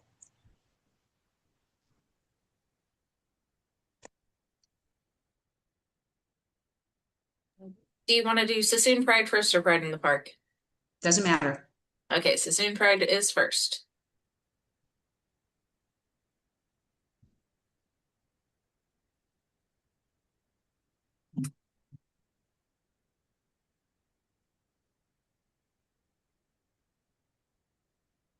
I apologize, everybody, if it takes me a second. I am also counting votes in the background.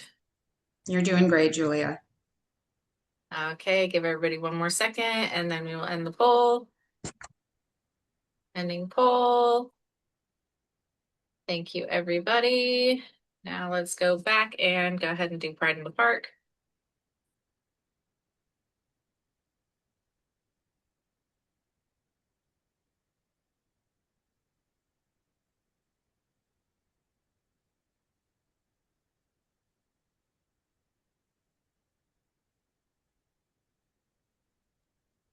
Jeanette? So Jeannie had said up to $100, and those 2 things were like $85. So is there also money for swag or whatever to have at the table as well, or does that include up to $100? The table costs are the 50 and the 35. If we do spend $15 on swag and stuff, it does come within the e-board discretion, so it wouldn't be too big of a problem. Plus, we still have additional money within the outreach fund from last year, I believe. We do. Okay, that's fine. I just was wondering. I just wanted to make sure we had everything covered that we need. Yeah, we should be fine.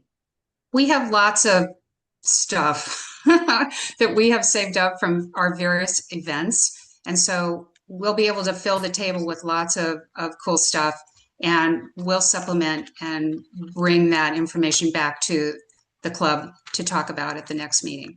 But that's a great question. Thank you, Jeanette. I appreciate it. So, and thank you everybody for voting for approving both of those. Those are both really fun events and it's great to represent the club. And we always get a lot of traffic at our tables. So thank you so much.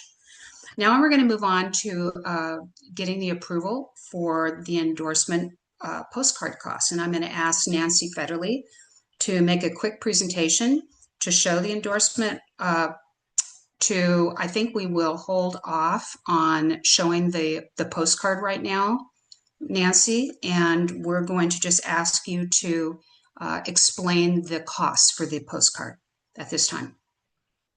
Okay, so what we are using our money for is for endorsement postcards.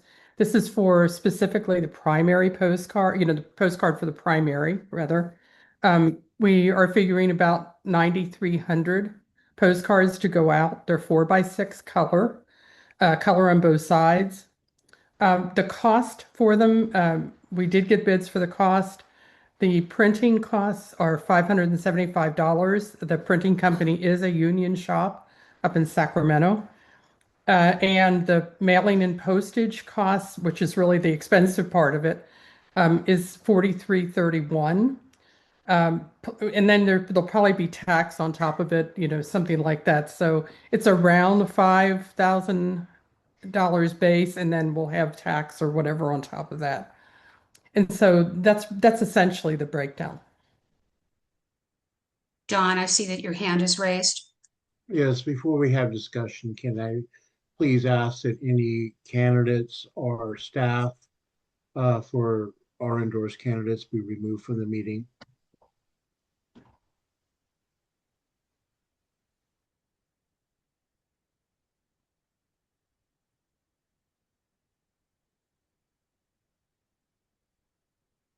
Amy, are you on somebody's campaign?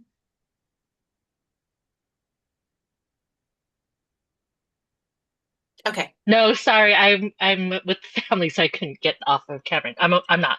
Okay, anybody who is on Wanda's campaign okay, Dwayne and Marilyn, you guys gotta go. Yep. You got it. I'm putting you in the waiting room. Marilyn, where are you? Anyone else from your campaign? I'm on a Dr. campaign. Parr? Vernil, I'm on a campaign. Wanda's. Okay. Yes, ma'am. I will get to you. Jacob? Are you counting Yeah. if you're okay, then me too. If you are questioning if the answer is yes. That's probably yes. Okay. Rita, Jeanette? you are also getting put in a waiting room. Jeanette, do you have your hand raised? Yes, I just wanted to add on to what Nancy said that, it sounds like an incredible amount for postage, but it's not just the postage because it's also getting the list for the registered voters and the mailing thing. So it's the addresses and the postage. And so that's what accounts for it. So it is a huge amount. And so that's why it takes all the money that we need. So is that correct, Nancy? Yeah. Is there anybody Mailing else? list, I'm not sure about, Jeanette, if we provide the mailing list or not, but you're right. It is the processing of the mailing thing. They have to take the list and organize it all and, do that. So that's what runs up into money too. I see Francis's hand is raised. Yes, about those who are being put in the waiting room. Is that only for endorsed candidates if we're working on their campaign? For this primary election. Yeah. So if you were working on a campaign for the November election, does not count.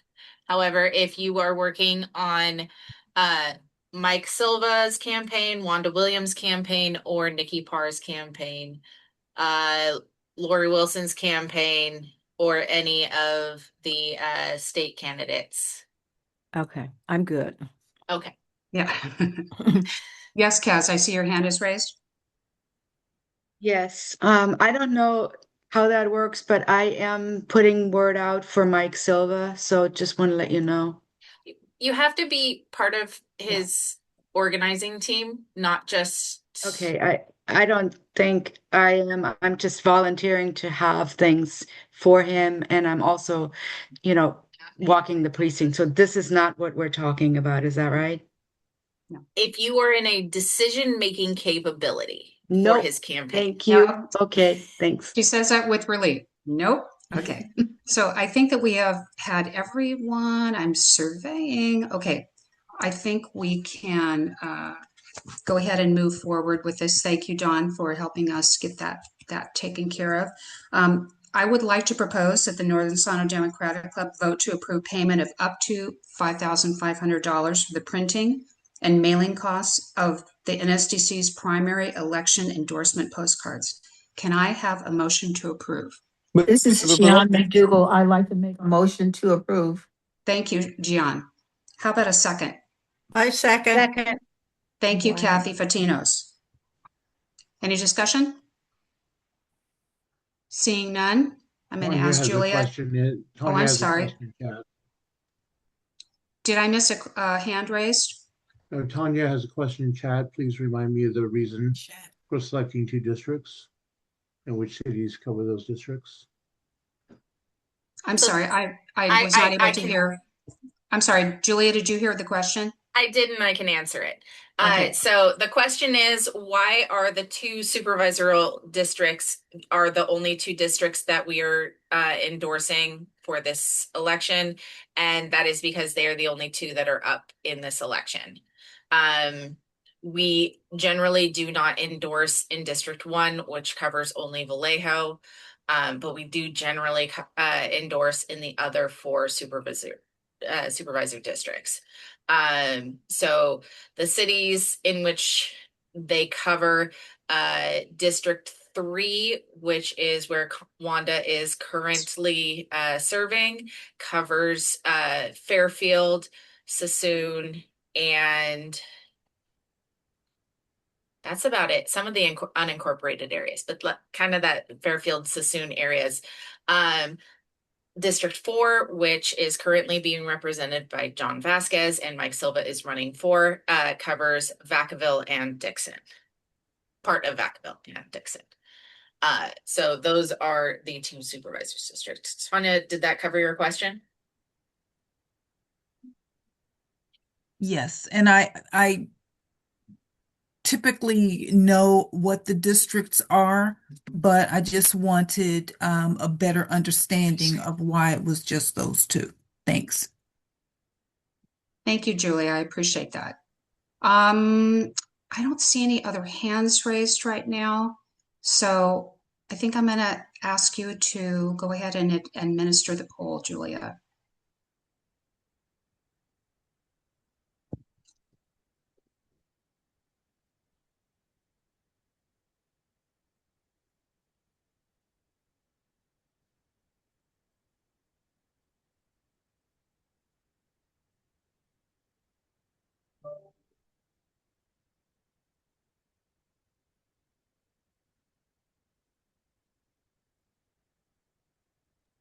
Okay, giving a couple more seconds so that everybody can finish answering and ending poll now. As this is a simple majority poll and fairly easy to count, we will go ahead and share the results. Thank you, Yeah. everybody. Yay. I do want to say a deep thank you to everybody, because this is why we fundraise. This is why we try to do all of this, is so that we can support our candidates in the best way that we know how. Yeah. And we want to say thank you for all your support and for your good humor and keeping going with us and making sure we can get this done. Thank you so much. Okay, we have one more poll that we have to do, and that is to approve the party's slate, the California state party's candidates, their slate. And that is consistent of Rob Bonta for Attorney General, Nelson Esparza for California Board of Equalization, Dr. Shirley Weber for Secretary of State, and Malia Cohen for State Controller. Can I have a motion for that to approve? Move to approve the slate, Gian McDougal. Thank you, John. Can I have a second, please? Second, Jack Flynn. Thank you, Jack. Any discussion? Seeing none? Oh, I'm sorry, Don. Yeah, I will just add that also includes Assemblymember Wilson as the Excuse party's me. endorsed candidate.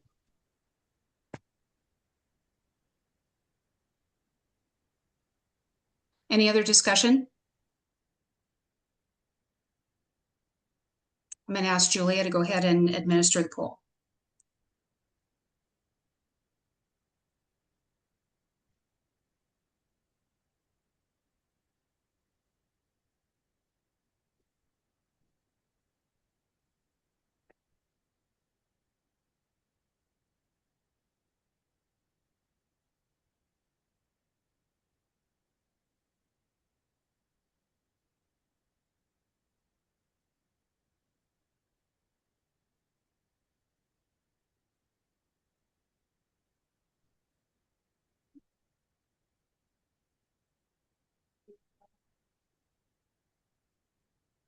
I do apologize for taking so long. Ending poll.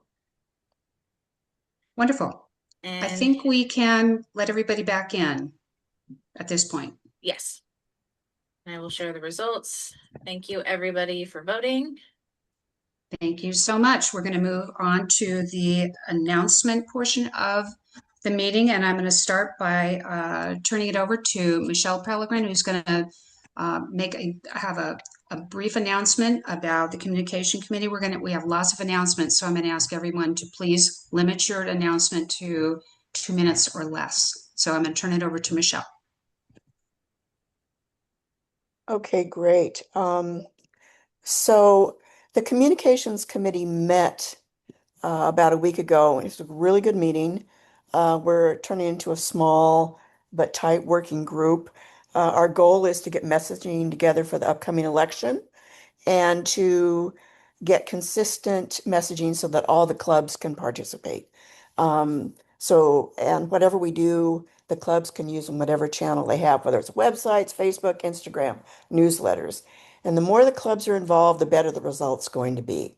So I really encourage people to send a representative from your club.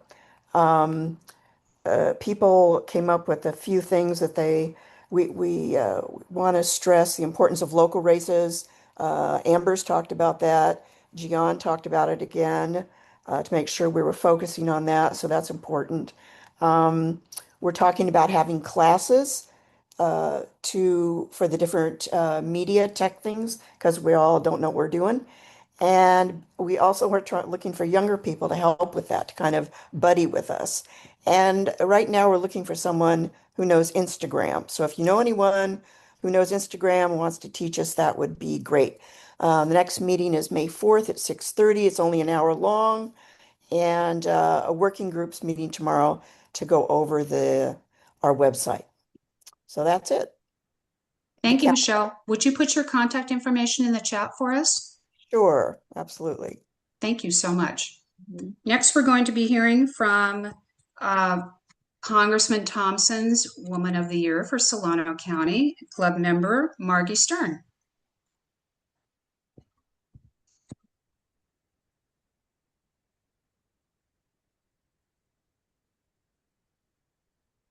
I saw Margie earlier. I'm going to go back to Margie. We'll see if we can pick her up.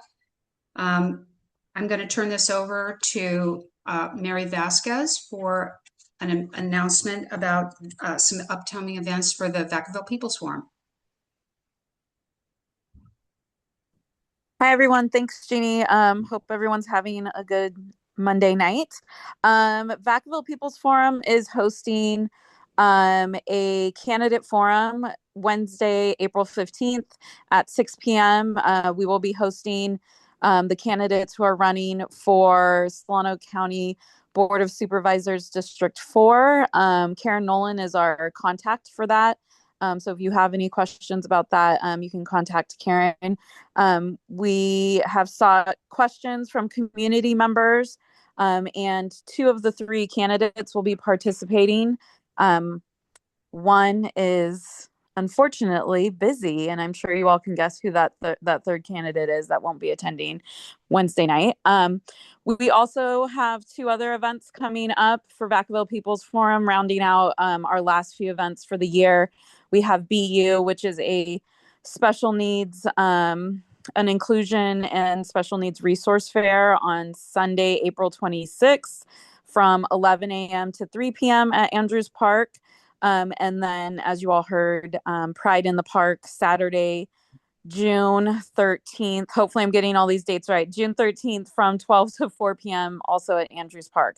So we're really excited and can't wait until mid-June where we can take a breather because these first few months of the year have been pretty busy for Vacaville People's Forum. And then we will most likely, obviously, be hosting candidate forums come the general election, probably in September or October, for candidates running for Vacaville City Mayor, Vacaville City Council, and Vacaville School District.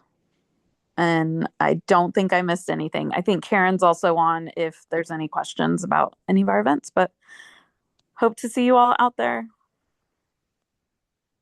I see a couple of hands raised, and I'm wondering if either Julia's or Amber's hands are raised to ask you a question, Mary. So stay with me for just a minute, Mary, so I can see if perhaps Julia is asking a question about your I events. am not. Unfortunately, I just wanted to let you know I had results. Okay. I'm going to go ahead then and let Julia go ahead and make an announcement. Okay, I wanted to let everybody know that we are endorsing both Nikki Parr for the primary election and Nancy Dunn for the November election. Thank you all very much. Wonderful. Congratulations to both of our candidates. And Julia, special thanks to you for taking care of all the tabulations of all the votes. Thank you all for your great comments, and congratulations again to our candidates. I am now going to call on Amber Williams. She had her hand raised, and I'm wondering if she's going to be making announcements for Wanda's campaign. Yes, I am. Okay. So I just wanted, well, I guess kind of an announcement. So we officially have a campaign headquarters. We're in the building next to where we had our campaign headquarters last time. So we're right off the corner of Hillborn and Waterman. And we are asking for people to sign up to canvass. We definitely need walkers to get out there and get that message to everyone in District 3. I'm going to post the information in the chat with a flyer and a link where people can sign up. And we appreciate all the support. Thank you. Thank you very much, Amber. I appreciate all the information, and we will continue to have information about all of Wanda's events and our upcoming events flyer that are coming out each week. I'm going to ask Jeanette Wiley if she's ready to do her announcement. Thank you very much. I have an announcement, just very brief, about the Spruce Up Day. And thank you, Nancy Federle, for putting it in the announcements and I think the newsletter. It's in District 6, which is South Vacaville, and this is the 5th year we've done it. And we have debris bins and people can drop things off. So only people in District 6 can drop things off, unless if you volunteer, then you can drop off any clutter that you have, or a used TV or old things that you want to get out of your house. I need 40 volunteers altogether. Thankfully, I have about 34. So I need like 6 more volunteers, and it's this Saturday. The times I'm looking for are 12:30 to 2:30 or 2:30 to 4:15. So if you're interested, just send me a chat. And it's really easy. You just kind of tally the cars or tell people not to throw away a mattress if they bring a mattress, or tell them to throw things in the front of the bin. So it's not a bad job, but I just need volunteers there. So if someone does bring tires, you have to say, no, you can't throw that in there. But it's really just kind of a fun time. And I just ask for 2 hours of your time. And so if you're interested, let me know about that. And then, as long as I'm on the announcements, I will say we're also trying to get something together for Jane Kim in our area as kind of a meet and greet coming up on May 9th, probably. So if you're interested in being on that list to come and hear her again, that'd be great. We were really happy that she came to our dine and dance. And just as another little announcement, I am running again in November 26th. The filing date isn't until July, so I'm not going to, make a formal announcement, or don't need to seek endorsement right away. But just with all the other election news, I just wanted to say that I will hopefully be on the ballot in November, because there's going to be quite a bit of change in the Vacaville City Council with all the things that people running for other offices and running for mayor and things like that. So I plan to be hopefully steady Eddie in District 6, speaking up for the people and fairness for all. So thank you very much. If you're interested and can spare 2 hours on Saturday, please send me a text or let me know. And I'll put my text number in the chat so you can see my text. That would be Thanks. great. Thank you. And of course, for those of you that are looking at those weekly updates of the upcoming events, the Spruce update is in that flyer too. So that has information as well. And it's always super successful. They collect a ton of stuff. Jeanette, you told me how many tons of stuff? 109 tons. The first 4 years, 109 tons. And last year, a ton of e-waste. So thanks. That is awesome. Thank you, Jeanette, for doing that service for your district and for Vacaville. Julia, I see your hand is raised. It is. I am actually speaking for Margie Olson, who I did not see in there, so she can speak for herself if she would like. Otherwise, I will go ahead and share this. There's a meet and greet with Mike Silva on the 25th from 2 to 4. I will put the address and the flyer in the chat, but that is there. Also, Jacob has let me know that he has an announcement. Okay, Jacob, you ready? You know what? Yes, I better step in here real quick, because the meet and greet is at Margie Stern's house on the 25th. Sorry. It was just I know. This has happened before, but I just want to make sure that everyone knows that. Yeah, so people don't just show up at your house, right, Margie? Well, I'll be at Margie's, right? Yeah, so. Okay. And Margie was the one that even sent it to me. So, okay. Okay, where's Jacob? There he is. Good evening, everyone.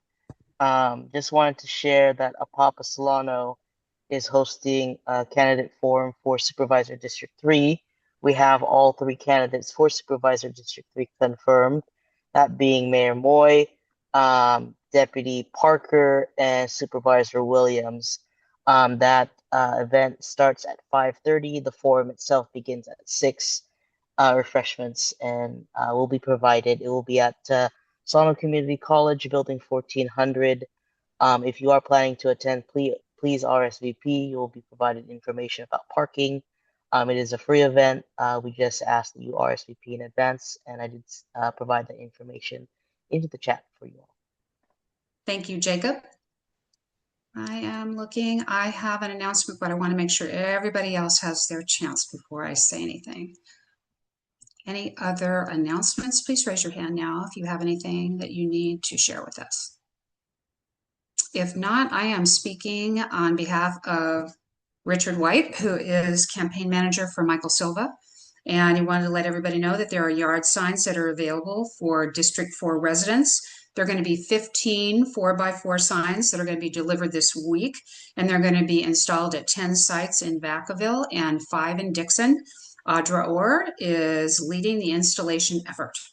Major canvassing starts next weekend. Volunteers are greatly appreciated. House parties are underway. You've already heard about several of them tonight. There was a very successful one that was held in Benicia for both of our candidates, Wanda Williams and Mike Silva. There were 40 plus people that attended to hear from both of the candidates. Next house party is going to be at the home of Lisa and Richard Holdner on April 19th, and you've heard of ones that are on the 25th at Margie Stern's. Richard and I are hosting a postcard party on Sunday, April 26th from 2 to 4 to reach folks that are living in gated apartment complexes and in rural areas.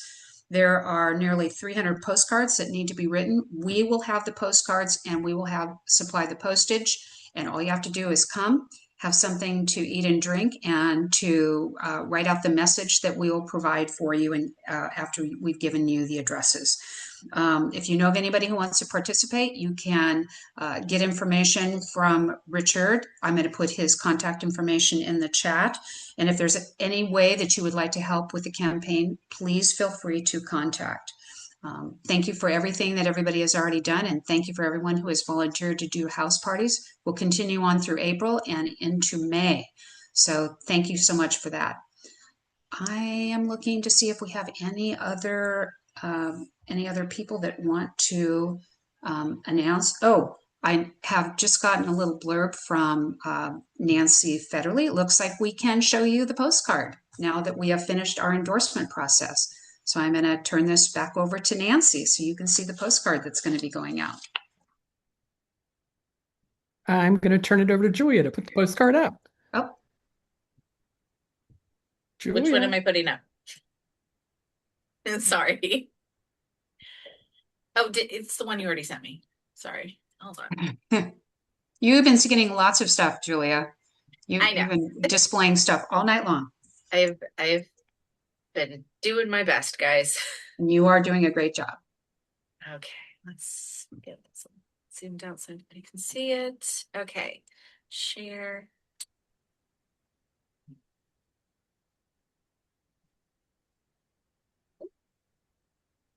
Can everybody see the postcard?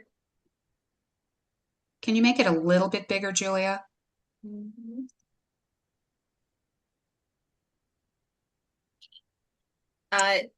Nancy informs us that this is now a 10-point font, so it should be able to be seen. And I hope everybody notices our wonderful new logo on our postcard. And as you can see, there's information about the club on the other side with a QR code. You can't actually see the QR code. It's underneath all the information. That if you go to it, it tells more about our club. And the other QR code takes you to information about Solano County voter information. So thank you so much to Nancy Federley for putting this wonderful postcard together. And I think it's going to be really helpful for our endorsed candidates.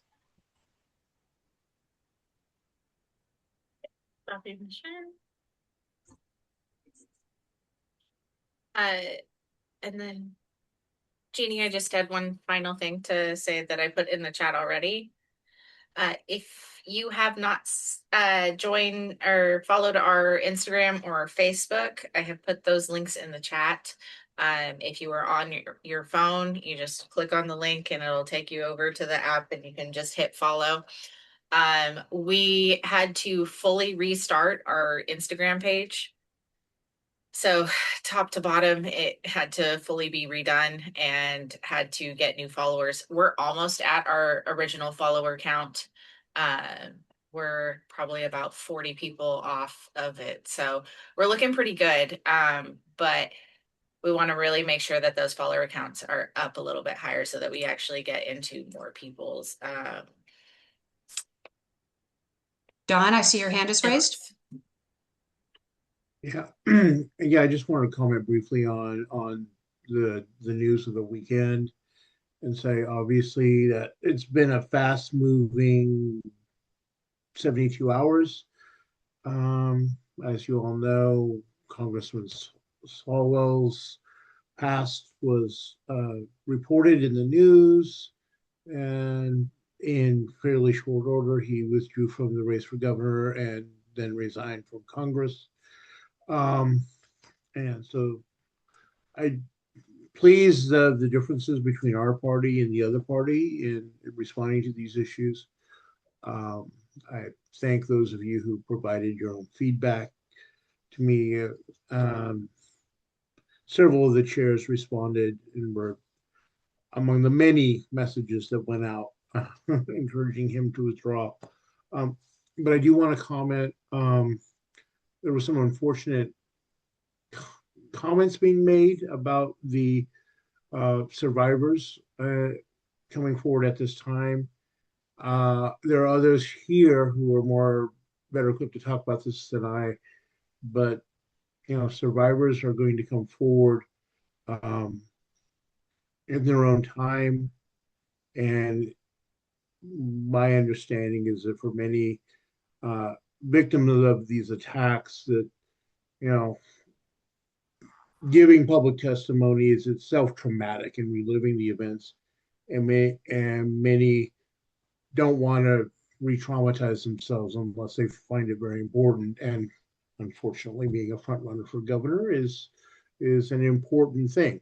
So I think that many of them chose because they felt they could not remain silent anymore. And if you know of people who were questioning them, I would encourage you to perhaps talk with them about the issues that survivors face with this sort of trauma, and encourage them to perhaps take a wider perspective and not be so narrowly focused on the political. But again, I want to thank all of you who did comment and provide feedback on the race as we move forward and try to respond to it. Thank you, Don. Julia, I see your hand is raised. Yeah, Don, thank you for bringing that up.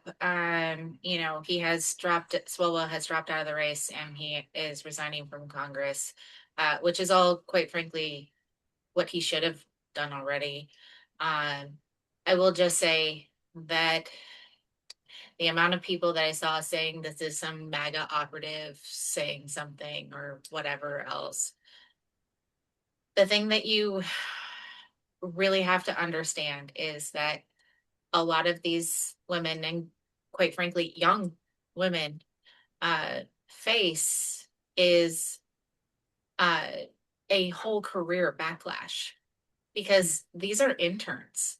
These aren't like high powered people within the party, but they are within the party. They're not working for a Republican congressman. They're working for a Democratic congressman. That's who you're talking about.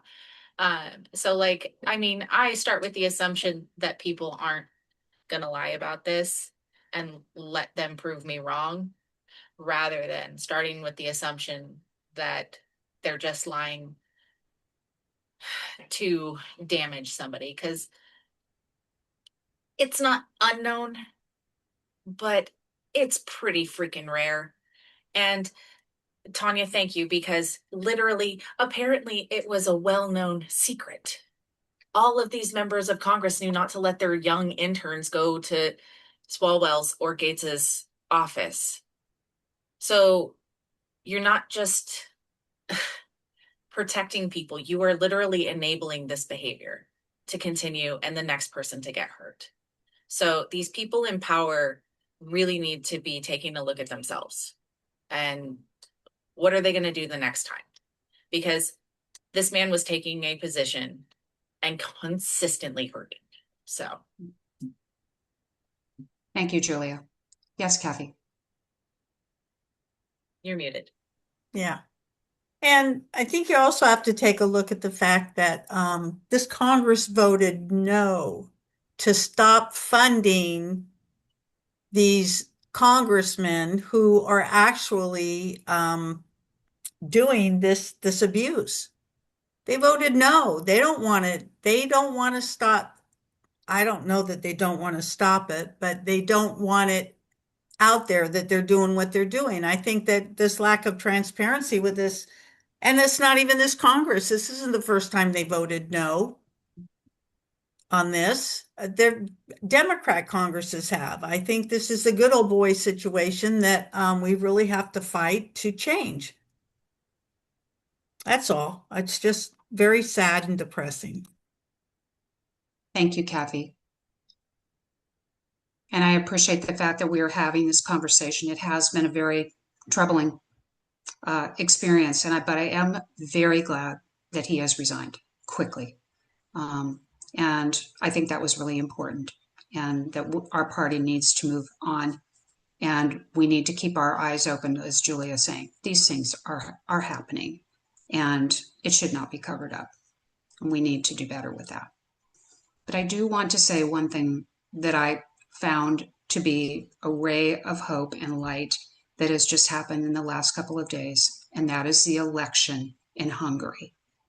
And the overwhelming voting that took place in that country that has been ruled by an authoritarian dictator. And those people got out on the streets, and I think they had almost 80% voting participation. Now, that to me is inspiring, and it shows that these people are, it's not inevitable that they will be in power. I think we need to pay attention to the message of those brave people in Hungary and what they did. And I think that we should feel inspired and get ready to work harder to make sure that we get back the House, that we get back the Senate, and really make the structural changes that we need to have a country that the opportunity is there for everyone and equal opportunity and justice for all. Yes, Rita. I was just going to say that, all this conversation is very important to have. And sometimes at the national level, it's really hard for us to find out what's going on. We don't have access to these people on a regular basis, but we do at the local level. And that was one of the things that Assistant John Gardner mentioned. Look at the local races, talk to your local candidates, find out what they're all about, because many of them do have aspirations for higher office, which is fine. But let's find out early what kind of character they have, what their values are. And we tend to not give them much importance, but they are important to our local area. They are the ones that make decisions for us. They're the ones that, as Julia said, fight for the people who cannot fight for themselves. And so we need to take our democracy seriously. We need to vote for that. I'm going to ask a very mundane question now. It has to go back to the postcards. Why do we have state, and I've heard the answer and I've forgotten, I apologize.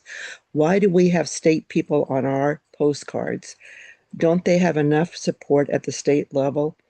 Because I'm thinking of Bonta, because we have our local elected officials there, and then we have our state people there. Mhm. And I'm just wondering why we are doing that when we could be spending the money for our local candidates. So, and I think you've told me the answer and I've forgotten. I apologize. So, John, right. I'm going to turn this one over to you as the chair of the Central Committee for Solano County. Well, one, we're going to spend the same dollar amount regardless. Um, so it's beneficial for us to do that, but it in part it has to do with campaign finance reporting and making sure that we are under our current status, we have to do a certain level of spending in support of state level candidates. And this is an easy way for us to do that while also supporting our local candidates. Okay. So, yeah, I was just kind of curious about that. And I know it's been talked about, but I just wanted to bring it up to the membership in general because, we want to keep our money local. We want to keep our dollars here. And that you will notice that they are alongside our locals, not a separate mailing for them. Mm-hmm. And as to some of the other comments, we could spend a long time talking about it. There's also, unfortunately, the issue of what happens in democratic circles and political circles. It is an unfortunate situation, and there's also, I hate to say it, there's sometimes some people don't ask questions that they don't want to know the answers to. So, there are, there is those questions where you hear a rumor third hand and you're hesitant to verify it. So I'm afraid some of that does happen. I've seen that happen over the years, unfortunately. Thank you, John. Kay Patrice, I see your hand is raised. Yes, thank you. Well, two things. When I've worked on campaigns for a long time and did graphic designs for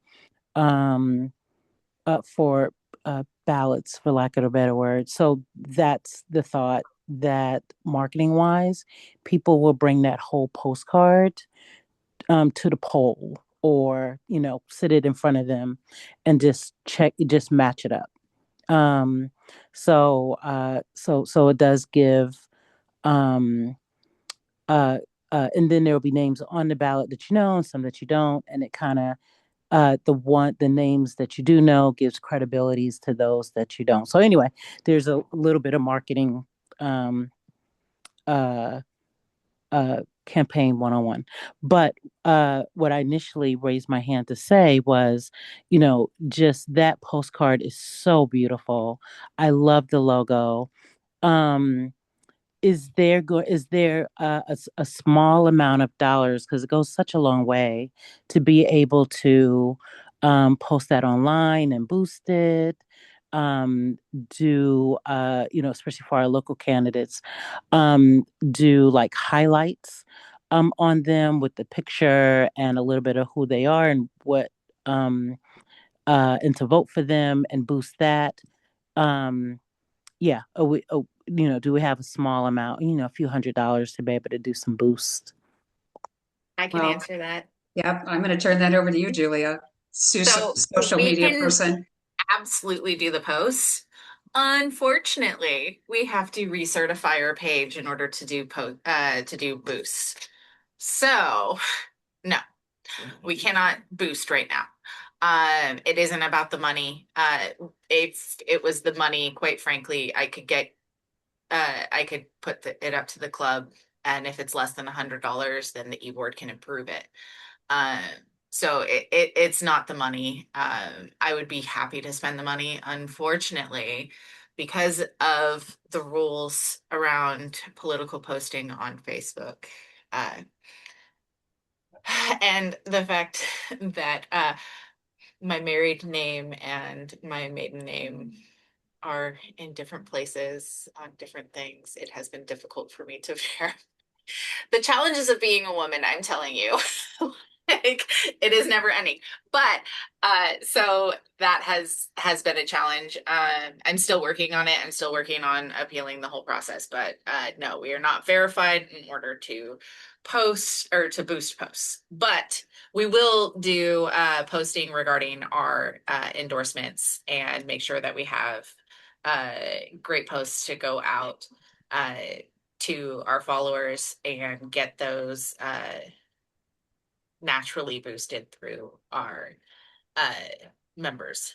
Yeah, especially with us all sharing it, that type of thing. So yeah. Exactly. Well, thank you. Thank you, Julia, for the great explanation.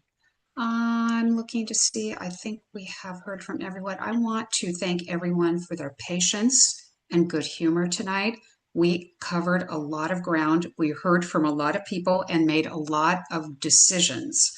And I appreciate you being hanging in there till the end of this. So it's been a long meeting. I am going to ask if I can have a motion to adjourn. So moved. That is Jacob Francisco. Second, And that is Marion. Marion to second.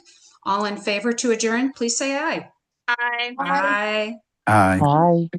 If anybody has Unanimous. anything else they want to put in the chat before I download it, put it in now or forever hold your peace.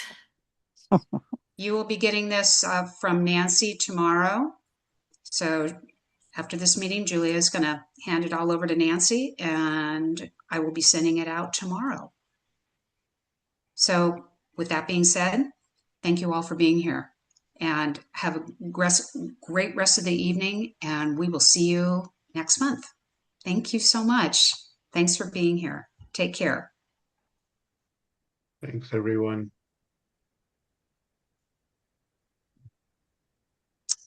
All right, Julia, you do Okay. not have to send things to me. Nancy has instructed me that it can be a streamlined process. Everything can just go directly to her. Wonderful. Oh, that's so nice. Okie doke. Well, last time, Julia, just send me the whole thing and I'll make the edits. I got it. I am just sending you the saved chat. I'm just sending you the file. I'm also sending you the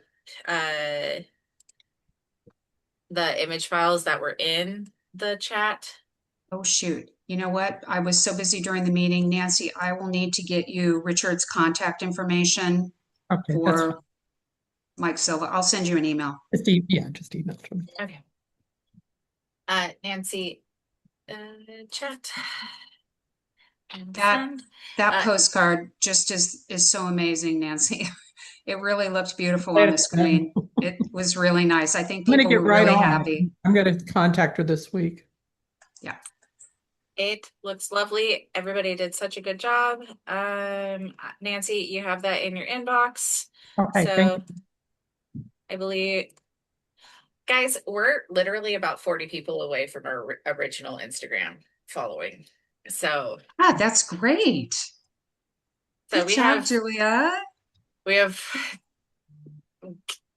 gotten up there. So hopefully we can get like a natural. So I've been trying to be pretty consistent with our posting and the way that we are posting. So it's a combination of. I see it and appreciate it. And I'm glad you're not doing the 20 posts a day like some of the people I follow. It's like click, click, click, click, click, click, click, click, click. I try to do it. I try to do at least one a week, but hopefully more like two.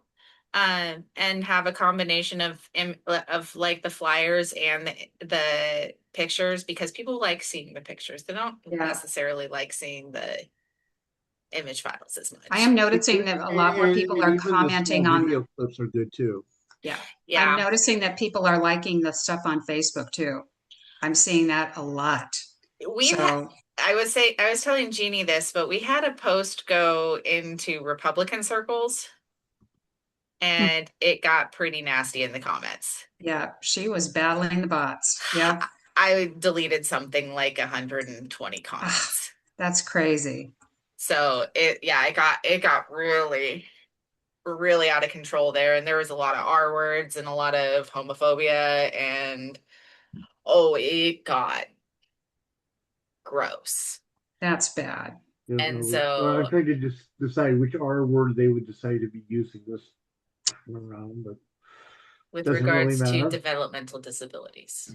Hey, John, I did want to say I appreciated all of the statements that were put forward by, Jeff Kurtzen and the regional directors. It's nice to know that, that they were responding in good time. So it was kind of ironic because we had just gone through the whole being blasted over the encouraging candidates to evaluate the viability, but the pushback, the decision was, hey, we're going to put this out. The party can yell if the party wants to yell.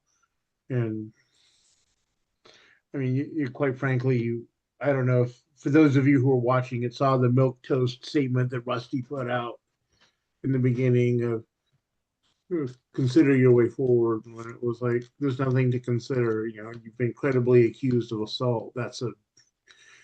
It's bad enough that you are using your position of power to have a consensual relationship with subordinates, but assault should be an automatic go away.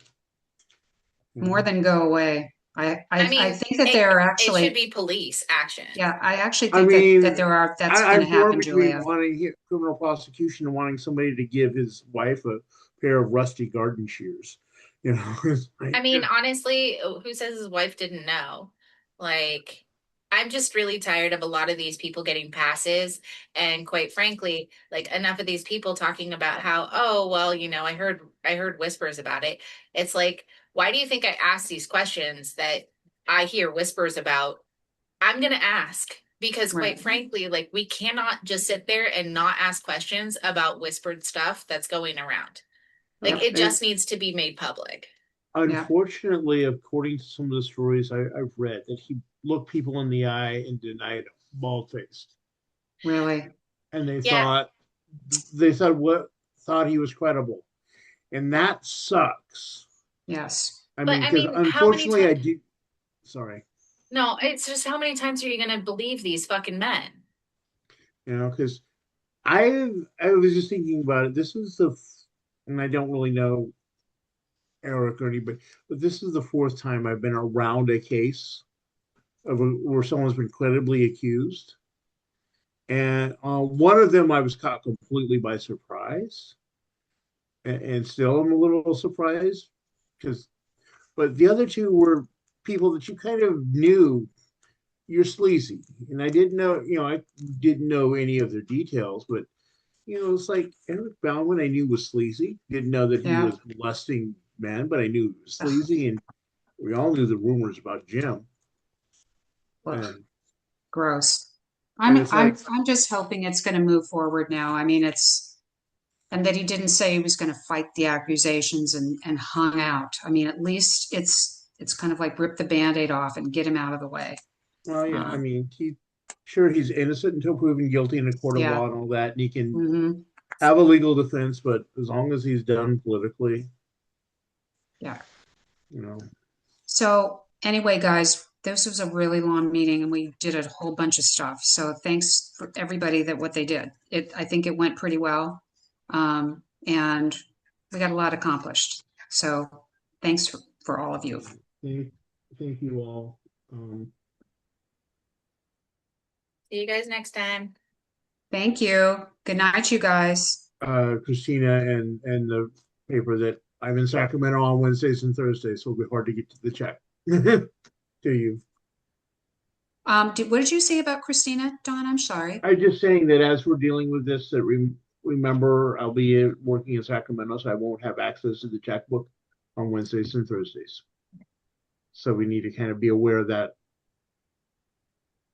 So when did we want to do that then? I mean, with that information in hand, when did we want to get this started? Oh, you get started right away, but just kind of be aware that, if she's, have them be aware that if they're asking for a check, it may, on a Wednesday, it may take till Friday for me to write the check or to get it to you guys. When I said I was going to get started, I think I'm going to just contact her tomorrow, maybe proof, and then see what she says, because it's going to be back and forth. Don, I don't think anything's going to happen before Friday anyway. Oh, I know. I'm just, as we get to it, I don't want everyone yelling at you just because you can't get the check for me the same day that they demanded. That's fine. Yeah. And we'll make sure we, get everything squared away. Will you let me know what she says, Nancy, if you're going to call her tomorrow? Okay, that would be great. Okay, everyone, thank you so much, and take care. Good night. Good night, all.